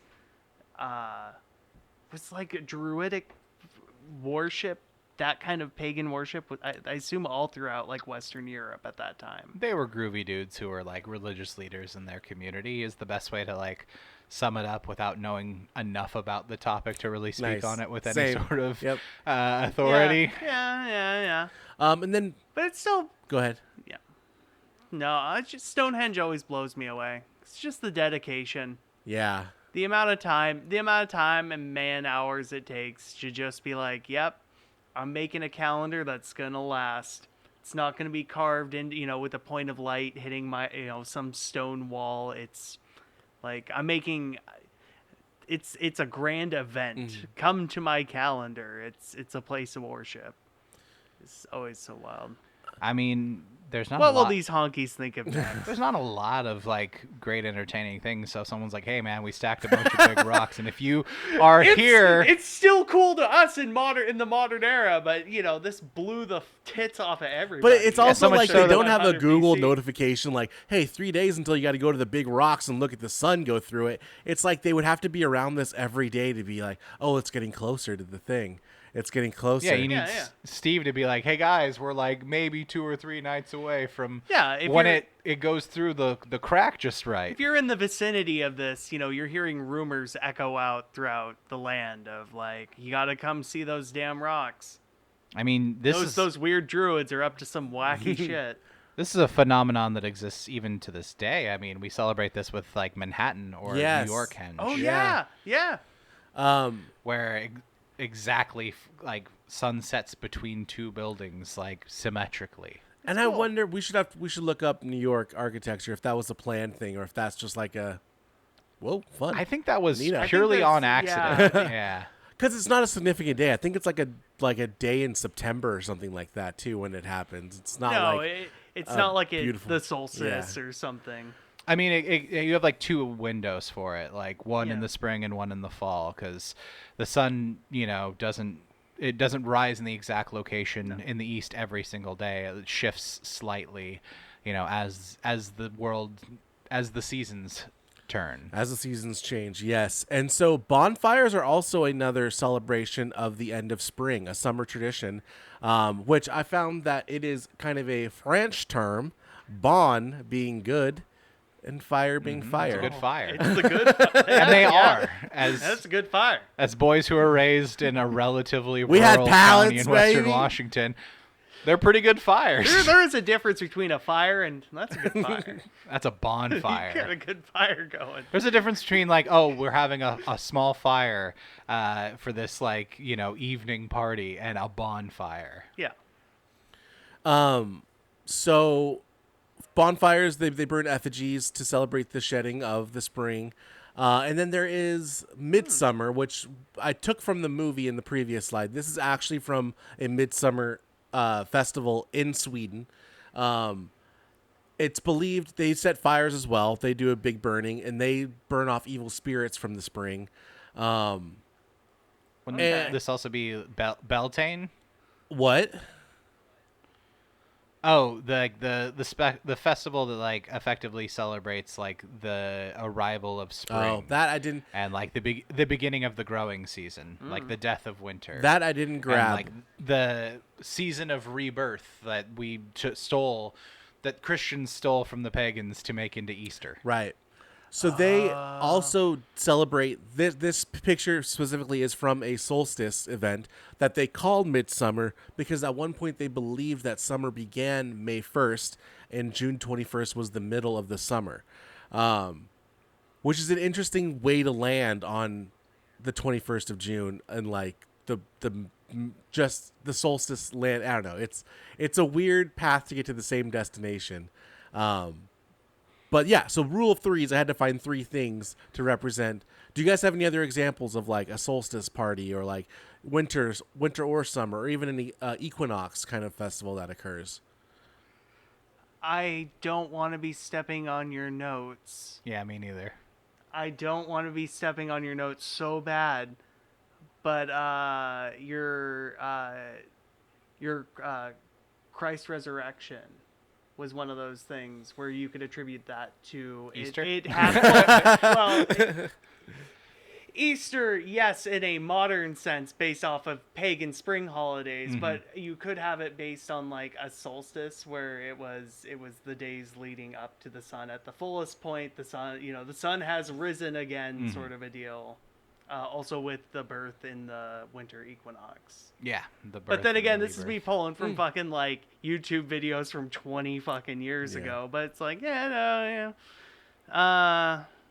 no, I can't think of anything. I mean, there's all sorts of things that like signify like the beginning of summer. Like war for a long period of human history was a signifier of that, because like everyone was done planting everything. Like, well, so we're you have this- not busy no more. Might as well go over there and kill some boys. Yeah, you've got this Spring training's over, so let's get to the game. You have this period of time of which like when you plant the plants and when you harvest the plants, where like shit's on autopilot. And nobody wants to fight war in winter. No. Unless you're a dictator. Nope. Not unless you're two guys in Europe, and one of who didn't crack a history book, apparently. But yeah, like that, that was also something that like we celebrated really only in the summer, and it was much more of like a spectator sport. Like there would be a lot of people who just like, oh, it's summertime, much like the significance of like, I guess even in modern American history, I would argue that the sport of baseball is like one of our cultural signifiers of like the beginning of spring, the death of winter, and that's in its full swing during like the Can you guys see me? The heart of the solstice period. I can. I can see yeah. You're like thumbnail size. Oh, okay. And then the season of baseball dies, right at the beginning of fall. Well, I mean, are we talking about beginning of summer in general, or are we talking about like solstice, June 21st or whatever? Really, it was an Yeah, open question to any way you want to interpret it. Summer movie season Yeah. is another one. For some odd reason, you would think that, and you do release big movies all throughout the year. There are garbage months, but, you would think that like, oh, it's cold, go inside, go out into this indoor activity and watch a movie and release all your big big movies in the winter, which some people There's do. got to be something with But- the vitamin D of the sun, and then like the entertainment value just like goes through the roof when you're like, because I remember like in high school as we were getting out of school for the summer, and those blockbusters were coming out. Bang, Transformers was coming out. I'm like, yeah. I love the 300 was coming out. Let's go. Like everything Well, about it there's made a- it better because it was happening in the summer. There's another slightly less exciting reason as to why summer blockbusters are such a thing is movie theaters were businesses and buildings that were capable of having HVAC. Oh, yep. And so that'll summer do it. blockbusters were a thing of like people wanted to escape to a theater to get to air conditioning during these super hot summer months. And so if you wanted to get your like boom big movie in front of the most people as Trademark, that's possible, trademark. well, this was the season in Yeah, which they no. wanted to like be in the place where This they show tracks. movies. This 100% tracks. I was thinking drive-in movie theaters as well, because Mm-hmm. I mean, when you get into that fall, you Yeah. don't want to be driving out in the winter to go see a movie. No. Fall, spring, it's a little rainy, but summer, boom. You don't want to sit with your I windows made a bunch down. of 50 sci-fi trash, and I'm just gonna throw it in drive-ins at the best time of year. They'll show 3 of them at a time. Yeah. All right, guys. Well, that brings us to our next slide. Pee-pee time. PP time. I know sometimes we get a little bit shaky on if we're spoiling the episode by riffing before we even know what the whole episode is about. But Taylor, you are dead on. Baseball, huh? Whoa! Shit. It's a legitimate whoa. Yeah. The Land of the Midnight Sun thing was like, I know of a lot of like solstice traditions in Western and Northwestern Alaska in particular. So I was like, maybe this one's a safe one. So I'm sorry. No, this is perfect because that was my transition, was how I would represent the turning of summer. The turning of spring into summer is baseball being a part of our lives, a part of my life. In fact, the Mariners are playing right now. I don't know. I'm scared to check the score, but No, don't worry. We're in Big Dumper's hands yeah, we're right now. in Dump we trust. We're in his. We have a Big player s- called Big. Oh Dumper. yeah, He's got a of. juicy ass. That's the nickname. Yeah. That is his nickname. Yeah, Okay, okay. his government name is Cal Rowley, but So we've talked about baseball over several episodes so far, and every episode I try to bring in a new bit of information of the mosaic of baseball that we haven't talked about yet. And then, of course, there's the huge story. I mean, the huge story was Cal Ripken Jr. and his streak, but we learned a little bit about the game of baseball. When we talked about Felix Hernandez, we talked about the pitching aspect of it. Pardon me. We talked about stats in the game of baseball. So for this little reintroduction of baseball, I want to talk about where it fits in time in the world. It's a summer game. If you didn't know, it begins March 31st and goes till about the end of September. It used to be the end of September. The playoffs would happen in October. But now the season kind of goes into October a little bit. Ever since those two tall boys came down, they've extended the season a little bit longer. it's diddling with the beginning of October. On the micro, though, the games day to day, there are series that happen. A team comes to town for about 3 to 4 games. Rarely you'll see a 2-game series, but they come to play 3 straight days against another team. The games are usually at night, usually being a very finite thing because sometimes games start between about 5 and 7:30 local time. Except for the Cubs. I mean, no, Taylor knows about this, but the Chicago Cubs always play during the day, and they only recently, in the last 15 years, 30, 40 years. I think Jamie Moyer was playing baseball. I think it was 1987. They introduced lights into the stadium. Okay, I was gonna ask. I was like, is this a tradition thing, Yeah. or is this just... It was it is about. We're very. Go ahead, Taylor. This is like a recent phenomenon where the Cubs have been playing at nighttime less than a year by the time I was born. Right. because they just were like, fuck it, we're Well, finally putting up Taylor, lights. right. There's a lot of what it politics was around is it. that Okay. they play in a suburb of Chicago called Wrigleyville, and Wrigleyville has noise ordinances. So In MLB light bends pollution. the knee for the Chicago Cubs and lets them play like a 3:00 day game every day of the week except for wow. Friday or Saturday and Sunday nights. Their ordinance is lifted, so that's when the Chicago Cubs have night games in Chicago. But when the Cubs go to another town, they do play at night. It's not like they get the special treatment everywhere they go. But when you're playing in Chicago at Wrigleyville, at Wrigley Field, That's your small window of time that you get to play, just Yeah. because. But baseball's so weird, yeah, Zach. isn't it? The further you get into the onion, The like, weirder smells come out. What is the rhyme and reason of a series being 2 to 4 I games? don't So you're know. going there by train. Yeah, and I think it was originally a travel issue, and not so okay. much a barometer of how well the sport is, because I think generally playing in a series sucks for baseball.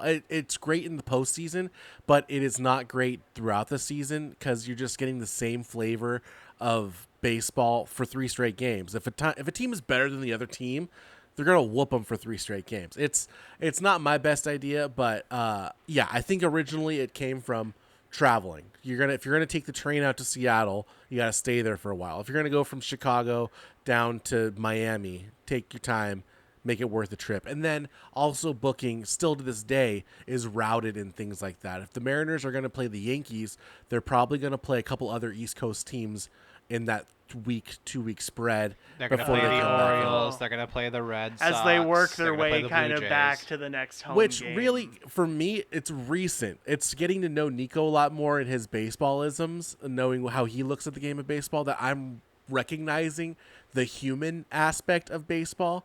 Because before I thought, like, yeah, it's like a video game. You go to a new town, you play a game. You go to a new town, go play another game. I forget about the travel and how travel wears on you, and what place you're traveling to kind of wears on you. Where your home field is. Nico is really into temperature and how it affects a baseball team. So that the Mariners are so such a bad sabermetrics because nerd. the first month of their season they're playing in the cold, and then as it heats up, they start to heat up as well because they're getting used to it. Anyway, there's The marine layer. there's more factors to baseball than just that. So as a series goes, you come in, you play 2 night games, and then the next game, on the third game of the series is a travel day. So you're going to play earlier so you can get on the plane or get on the bus and go to the next town to make it for a night game in that next town. And another rule about baseball scheduling is everybody plays during the day on Sunday except for one team or two teams. There's a Sunday night showdown that happens that's supposed to be the national attention. It's not broadcast and like as common as a football situation is that everybody knows about Sunday Night Football, but baseball does have the same program where the nation can get around the TV and watch two teams go on in this massive spotlight. Or back in the day, the radio. Yeah, exactly. So when it was more prevalent. So that means all the other teams have to clear the runway unless you have some sort of special doubleheader happening where you have to make up a game and whatever. Everybody plays during the day on a Sunday if you do have a game scheduled, and then you get to go to your new town the next day. Baseball. Do you know about the seventh inning stretch, Ryan? Not by name. I mean, I've heard the term. The seventh inning stretch is over halfway mark. It's closer to like a final stretch, I would say, because the seventh inning is closer to 9 than it is to the halfway. It's for everybody to stand up, stretch out their legs because they've been sitting in the bench bleachers for so long during a baseball game to stretch. Oh, it's a literal stretch. And that's where you sing. Where you sing "Take Me Out to the the Ball Game." Reminding the audience, like, "Hey, stand up, drink some water." Yes, exactly. You're dying in the sun. Stretch a little. We're almost done. I mean, that's usually also like the chicken and the egg situation, but most likely the seventh inning stretch was a tradition before. Like that's usually if you're at a baseball game, that's when like concession stands begin to shut down. That's definitely when they cut off beer service. That's when like no more beer for you. You get an inning and like 2.5 innings to sober your ass up. Unless the baseball game goes on forever. Even better, because then you were putting less drunks out on the road after this baseball game wraps up. So that's where you sing "Take Me Out to the Ball Game," and it's right before your team comes up, or the home team comes up to bat in the seventh inning. So seventh inning stretch, it's supposed to, and if your team is behind, that's supposed to be the turning point, get the rally going. Look, we shook off the dirt, we're ready to go. Home stretch, here we go. So those are a couple things to now know about baseball. Put in the back of the brain. For future episodes when we talk more about baseball and some of the anomalies and feats that occur. What if this wasn't actually about baseball and I just slipped a single baseball slide in there? That'd be hilarious. Well, that's pretty Zach. That's a pretty Zach Moffat touch. I wish that was the case, but what we are going to talk about is baseball in Alaska, meaning these two places go head to head. This is part of the. This is another thing I was afraid about talking about. So I'm cool. glad. Even though I called out baseball, I shut my fucking mouth. Nice. When you said baseball, I had to not add to it. I was just like, So these images, I don't have reference to the specific games, dates. I know that this one with the kids on stilts or on sleds here is from the 1950s. Snowshoe baseball. I know that this is from a town in the 1910s, I want to say, 1920s. But the rest of these I don't have information on. They were just kind of a little shocker slide to show baseball meets Alaska without the construction, without the facilities, without, let's see, can we go back? Without a team. Without, it's not even a state at this point. Without all of these frills here of the the whole the St. Louis Arch in the background, all of that. Baseball on its very backyard football kind of style where everybody's just playing for the sake of playing. Baseball in Alaska. Let's see. What do I have? Oh, that's right. Because majority of my information is going to be on this slide. About Ketchikan, which Ketchikan is next to Sitka. It's on the lower area of Alaska. And this is a team that played in the mouth of a creek. The stadium is on a delta, so center field would wash in. It's a river right there. Oh, the light part is the river? Yeah, the light part is the river. Or a bay, probably a river though. Yeah, or And Rivers get really big up there. sometimes the Yeah. tide would come in. They'd have to call the game, and then the tide would go out. They'd resume the game, and driftwood would come in. You'd have like dead whales and shit like that. what would you count as a home run if it touches the I'm water? so glad yeah, I you mean, asked. who the fuck's gonna catch that? I'm so glad you asked, because out of frame, way over here, I guess you can kind of see it in this image here, because you're getting a side profile of it. That's a sawmill. Oh. Out in right field, in this area here is a sawmill. And if you were to hit the ball into the lumber yard of the sawmill, that's a ground rule double. If you hit the ball into the kiln of the sawmill, that's a home run. They're played by like Wii Sports Yes. rules. Yes.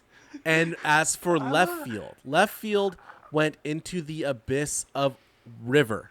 So if the ball got stuck in an area that the left fielder could not get in without losing traction, it's a home run. So it's kind of like a house rules. Like, no, I can't go out there and get that. That's a home run. And they would have neighborhood dogs go fetch the balls that were stuck in the marsh. Yeah, that makes sense. I mean, love this. Where is this movie? No one's gonna go This in the river. movie is 'cause essentially rivers up Field there of are- Dreams, Alaska edition, because it was built because some dude wanted to make baseball happen, and people started coming. Boats would pass by, tour boats of Alaska would stop by, and they would see this game happening, and they would stop the tour to watch to see how the game happened. Navy boats would come through, and they would challenge the locals to a game. Grandstands were later put in, as you can see here, because people just kept coming to watch this game of baseball that the locals would put on. Any takers that would come play a game of baseball with them. Probably a lot of dudes who worked at that lumber mill just right off Yeah. the right side of the Yeah. screen. Yeah. What better way to be a hometown hero? You know, you throw in a jillion hours a week at the lumber yard, and then you're also using that lumber to smack some balls into a fucking river. Well, and people get fucking bored. Yeah. man. But that's the thing. You're the only excitement in town, I assume, and it's good. And as small town as this is, my light went out. Hell yeah. You guys, it doesn't matter. I'm still beautiful. The umpire was the judge and police justice of the town. It's like, Yeah. where is this movie? Nobody Where is this cared. movie? Why isn't every baseball video game this? Yeah, right. When is MLB The Show gonna feature this fucking field? I know, right? They got the Polo Grounds. Why not put this one in there? Burkhardt Sawmill. That's what it was called. So this though, That's my wrestling finisher. he's got him in the Burkhardt Sawmill. It's also like a interesting place to play. Like you had to be relatively like tough by baseball standards. A game that gets regularly like, oh, it's rain, we'll play tomorrow.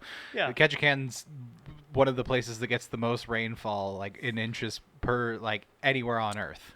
Year Yeah, round. rain is going to come up later on in the episode when we talk about another thing. But this is one of the first examples of a boom in baseball in Alaska. You would have other towns would start building up baseball teams. Juneau, which I guess is another town that's down here, somewhere around here is Juneau. Prince Rupert, Anoix, and then the Metlakatlan would also start to make baseball teams. I don't know where Metlakatlan is, but they come up later, so I think they're around here. Yeah, I wouldn't know. I saw such a small amount of that state in my Right. time there.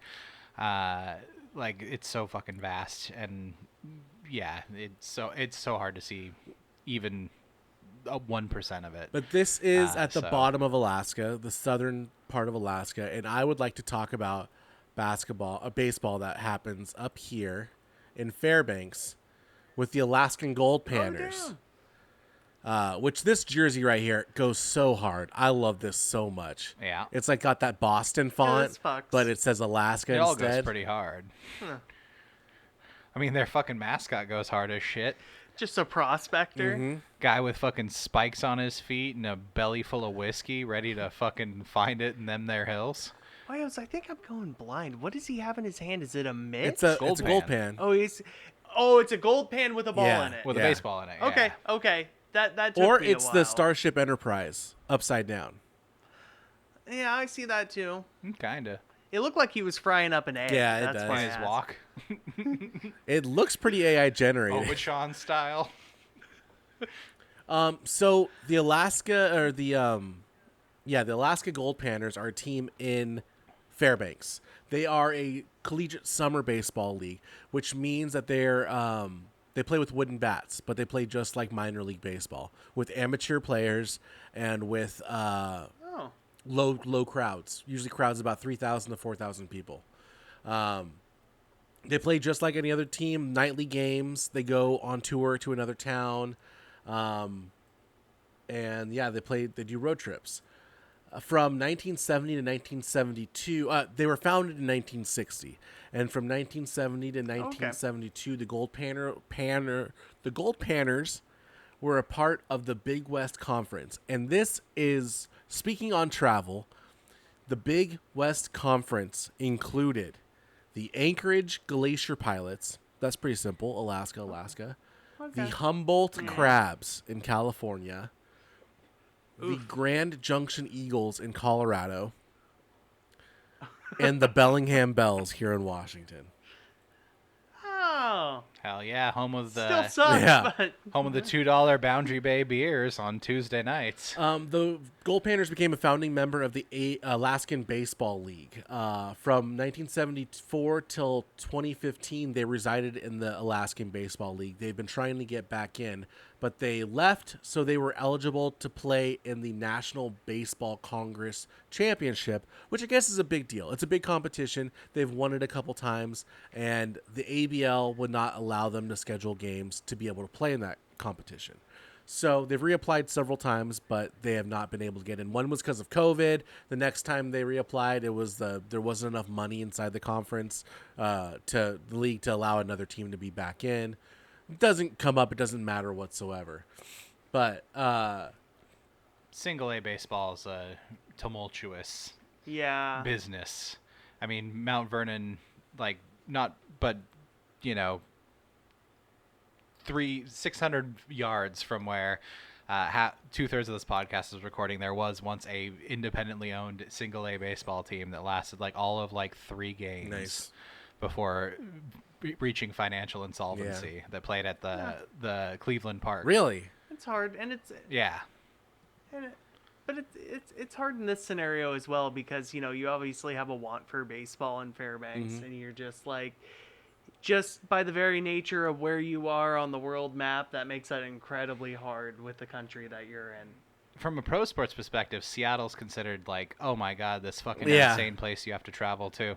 And like the distance between Seattle and Anchorage is like roughly the same distance that anyone has to fucking travel to get wherever they are to Seattle. So to take another step in a weird direction, I was having a hard time creating the flow of this slideshow. So we talked about summer solstice and everything.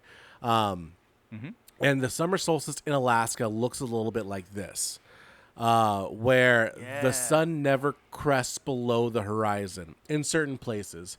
This is definitely on a shore, so you're able to get a full view of the sun never cresting below the horizon in the rotation. So it's going to come up a bunch, and I wanted to have an image to establish that because I couldn't figure out where to put it in. So, audience, if you are unaware, Alaska has certain parts of Alaska, like very North Alaska, has like 65 days of night where the sun never crests above the hills. They also have the opposite where it never crests below the hills.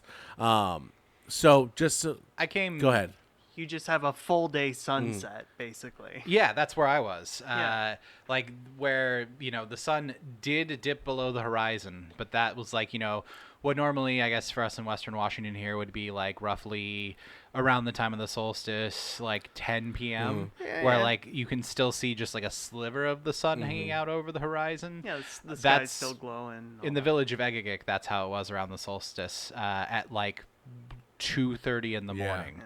And then it would sit there for an hour, and then it would start to rise up again. I mean, this has fascinated me for a while because it's hard to imagine just kind of like, nope, you wake up, you go to bed, and the sun's still there, just like 15 degrees above the horizon. Yeah. You know, it just never going anywhere. This is the focus of what I really brought this episode up for, which is the Midnight Sun game that occurs every 21st of Hell June yeah. in Alaska. Oh, The game starts at 10 p.m. and goes until about 1:30 in the morning, where the sun has just fallen below the hills and is now creeping back up on a sunrise. The feature of this game is that, yes, the stadium has lights, but they never play with the lights on. The game has never been played with these lights on. And that has come to the surprise of some teams that have played in this competition, not knowing that that was going to be the case. So the sun there were gloomy days where you could barely see. The game still was played as per tradition. This is a game that has been played for 119 years consecutively. Due to its positioning, due to Fairbanks' positioning below the Arctic Circle, the sun sets at about midnight and starts to rise. You got to see it above the hills about 1:30. They have a tradition in the game that the half inning, in between half innings that's about to be midnight, they stop to sing the Alaska flag song, which is the song of Alaska, a tradition unlike any other, where you just halt the game to sing a song, but much like the seventh inning stretch. It's played at Groudon Memorial Park and usually ends about 1:30. Go ahead. oh no, it's wild that it's just for 100 years a tradition of just, we're gonna sing until the sun comes back up and the solstice is over, sort of a deal. Yeah. It's some fucking archaic pagan ass shit that you wouldn't think would be like a part of baseball, but here we are. Exactly. It started as a bet between two boats in a bar back in 1906 or 1905. And they said they bet that who would win in a game of baseball, and it was so late at night that they just played through the night. Then took on, and next year 2 other teams played the same exact game. The next year 2 other teams played the same exact game. And it wasn't until 1960 that the Alaska Gold Panners took on the mantle as the home team, the consistent home team. They held it at the same exact park every single year, and they would invite other teams to come in and play against them as just a jamboree. So that, in fact, opened up the door for many interesting teams to come to Alaska to play baseball, like the Taiwan national team came and played in the Midnight Sun game. Oh shit. A team from Japan competed in this game in 1967, and I had to look it up. I had to look up what this was. It was a steel company in Japan came to Alaska to play this game of baseball. Fuck yeah. Fuck yeah. This is labeled as Nippon one of the Steel Iron Biters. This was labeled as one of the 10 baseball traditions to be a part of. 10 baseball things to see in your life. And it has had, let's see what other facts I have before I get out of this slide. It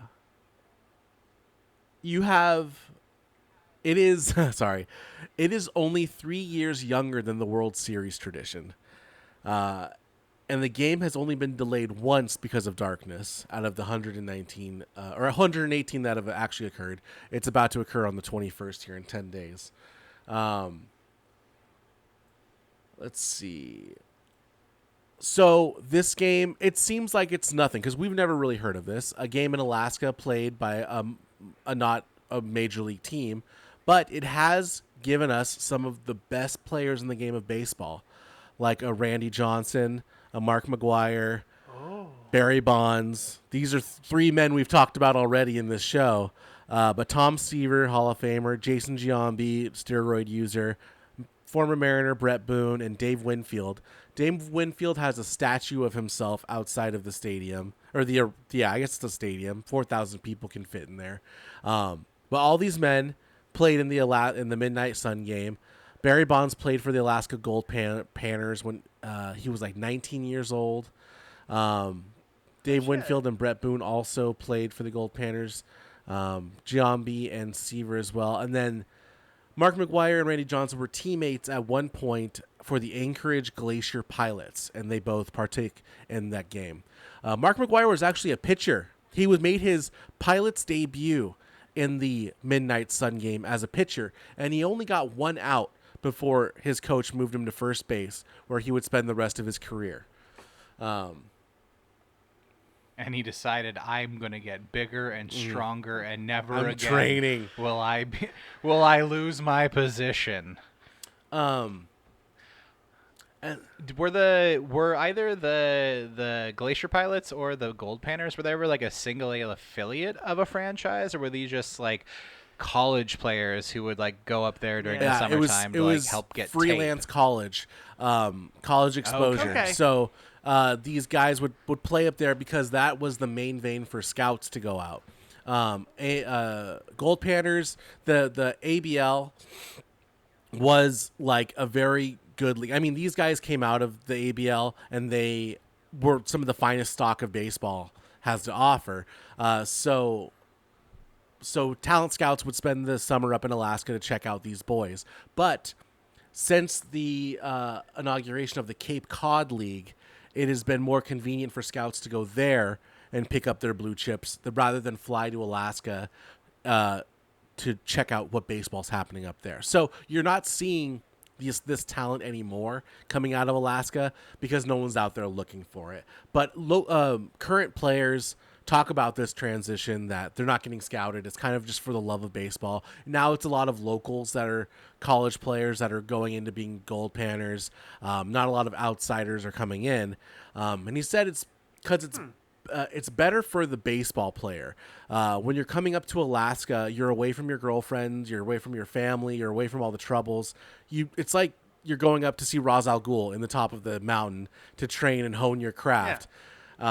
Whereas Cape Cod, you're still continental. You're still able to like be distracted by all the things going on in the world.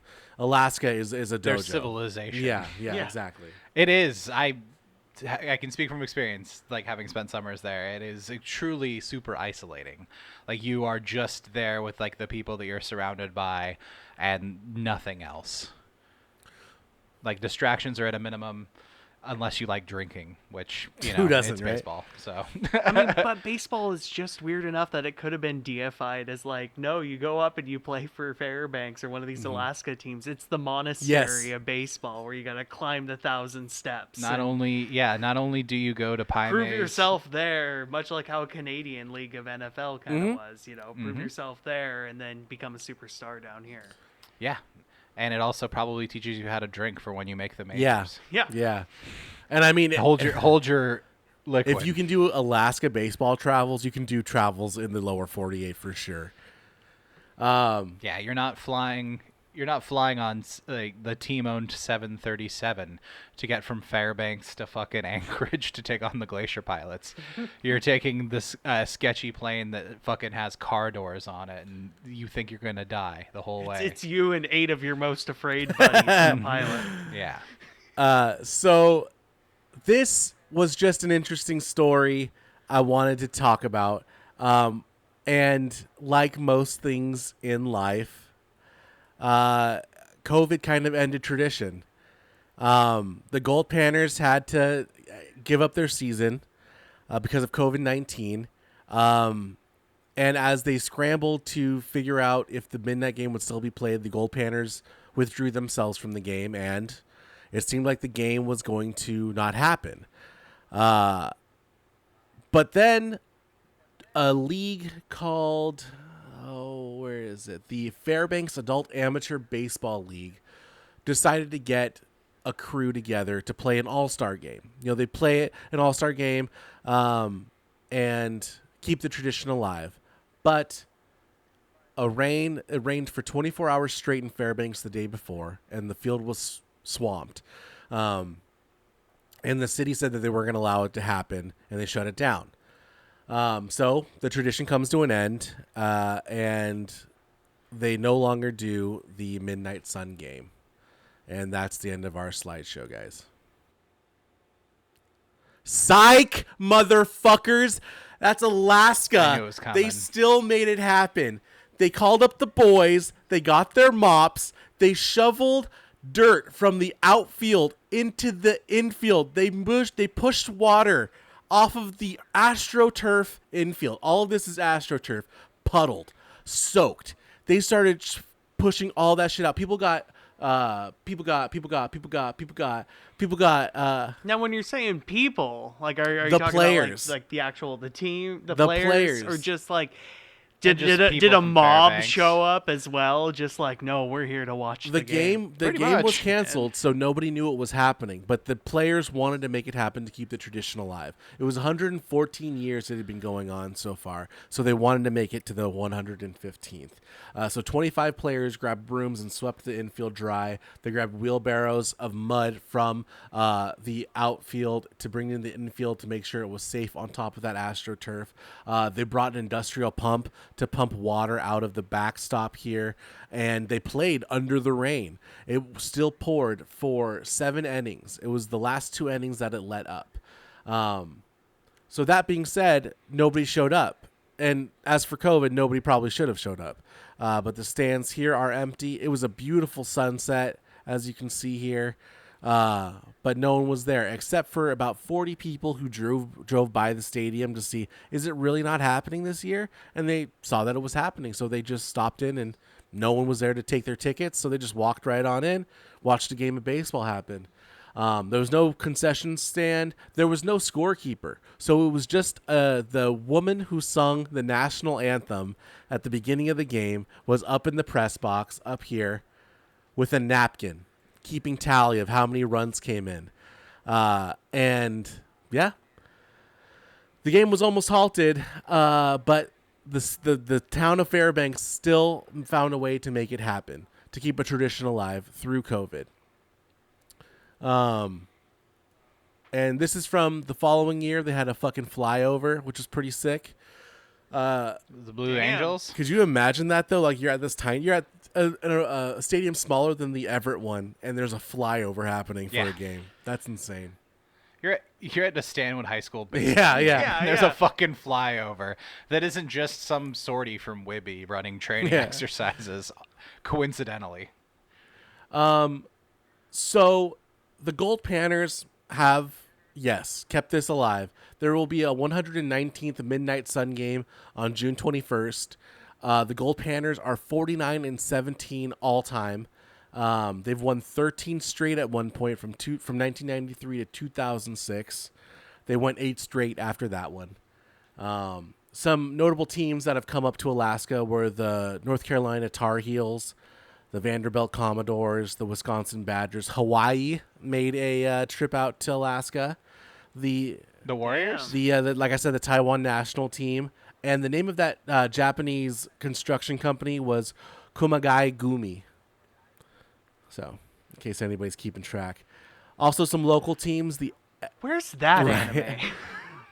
Where's Salaryman Steel Workers just Hitting dingers. ripped as shit, hitting dingers And they're- just out there in the middle of midnight. And they're also secret princesses who transform under the light of the moon. They're secretly here from a different world, Taylor. And that's get why with, they're get with the tropes. That's their greatest disadvantage when they're in the land of the midnight sun. There's no moon to unlock their secret princess powers. And at the end of the season, when they show the scoreboard for the final game, it's friendship to friendship. Yeah. Because the points never really, the runs never really mattered. So in 2021 at this game, they actually played a doubleheader. I think kind of to make up for the COVID. the the American Legion baseball final was held right before the Midnight Sun game, so they gave the people a little extra baseball to watch. What a tradition! What a game! And on my final slide, the Salvador Dali painting. If I could get a B+ paper on this, I would say that it is a reverse of how time works. Time is a solid fixture in all of our lives, and to interpret it as melting for nature, that nature in turn bends time around it, is an interesting juxtaposition. And we get to witness things like that in baseball in Alaska. What I tried to talk about in Let Me Talk to God was I wanted to guide us through the scope of living in history. That when we evaluate the past, say with stadiums and making them for gods, we're looking at the relationship between the two. And it can kind of alleviate how our modern relationship is with the same two things. If we see how it looked then, we can feel a little bit closer to what our ancestors went through and how they lived their life. And it makes the past feel not so different, and it kind of makes the future feel not so foreign. So when you see a tradition live on for 119 years in a place that it damn near should not exist, in a time that this place that it exists only briefly will exist due to the climate of the planet changing ever so often, it's a place that humanity left to pursue something else, and yet we still have a tradition of this landmass and of this place and time that all of these things exist at the same time. So that's my story on the land of the Midnight Sun, and I hope you guys enjoyed this trip up to Alaska with me. Yay. Yay. That's good. You made it, boys. Well, thanks, boys, for sitting through this one. I wish I put a next time slide. I know we don't do these exactly in the order that we record them, but Oh, I thought we were. Oh, I could release this on the 21st That would- if you want. no. I also thought this was in the post-mortem Yeah. episode. I didn't no, know we're still going. I love a little Yeah, trail no, off we- from we- the end. We Yeah. record When we I'm watching a podcast, when I'm listening to a podcast, you know what I love is a good fat ending. I like to see when they wrap up the last slide and there's still 20 minutes left in the episode. I love that shit. I love that shit so much. So I like to give my audience a little something that I need, you know? Yeah, so thanks for listening to this episode, guys. Thanks for listening to all of our episodes. But I will tell you, my next episode is going to be called For the W. Yeah, how about that? Ooh. Is it about Jamin Swinston? It and is. crabs? It's about eating W's. Cool. I'm Zach. I'm Ryan. I'm Taylor. Thanks for listening to Tales from the Slide Deck.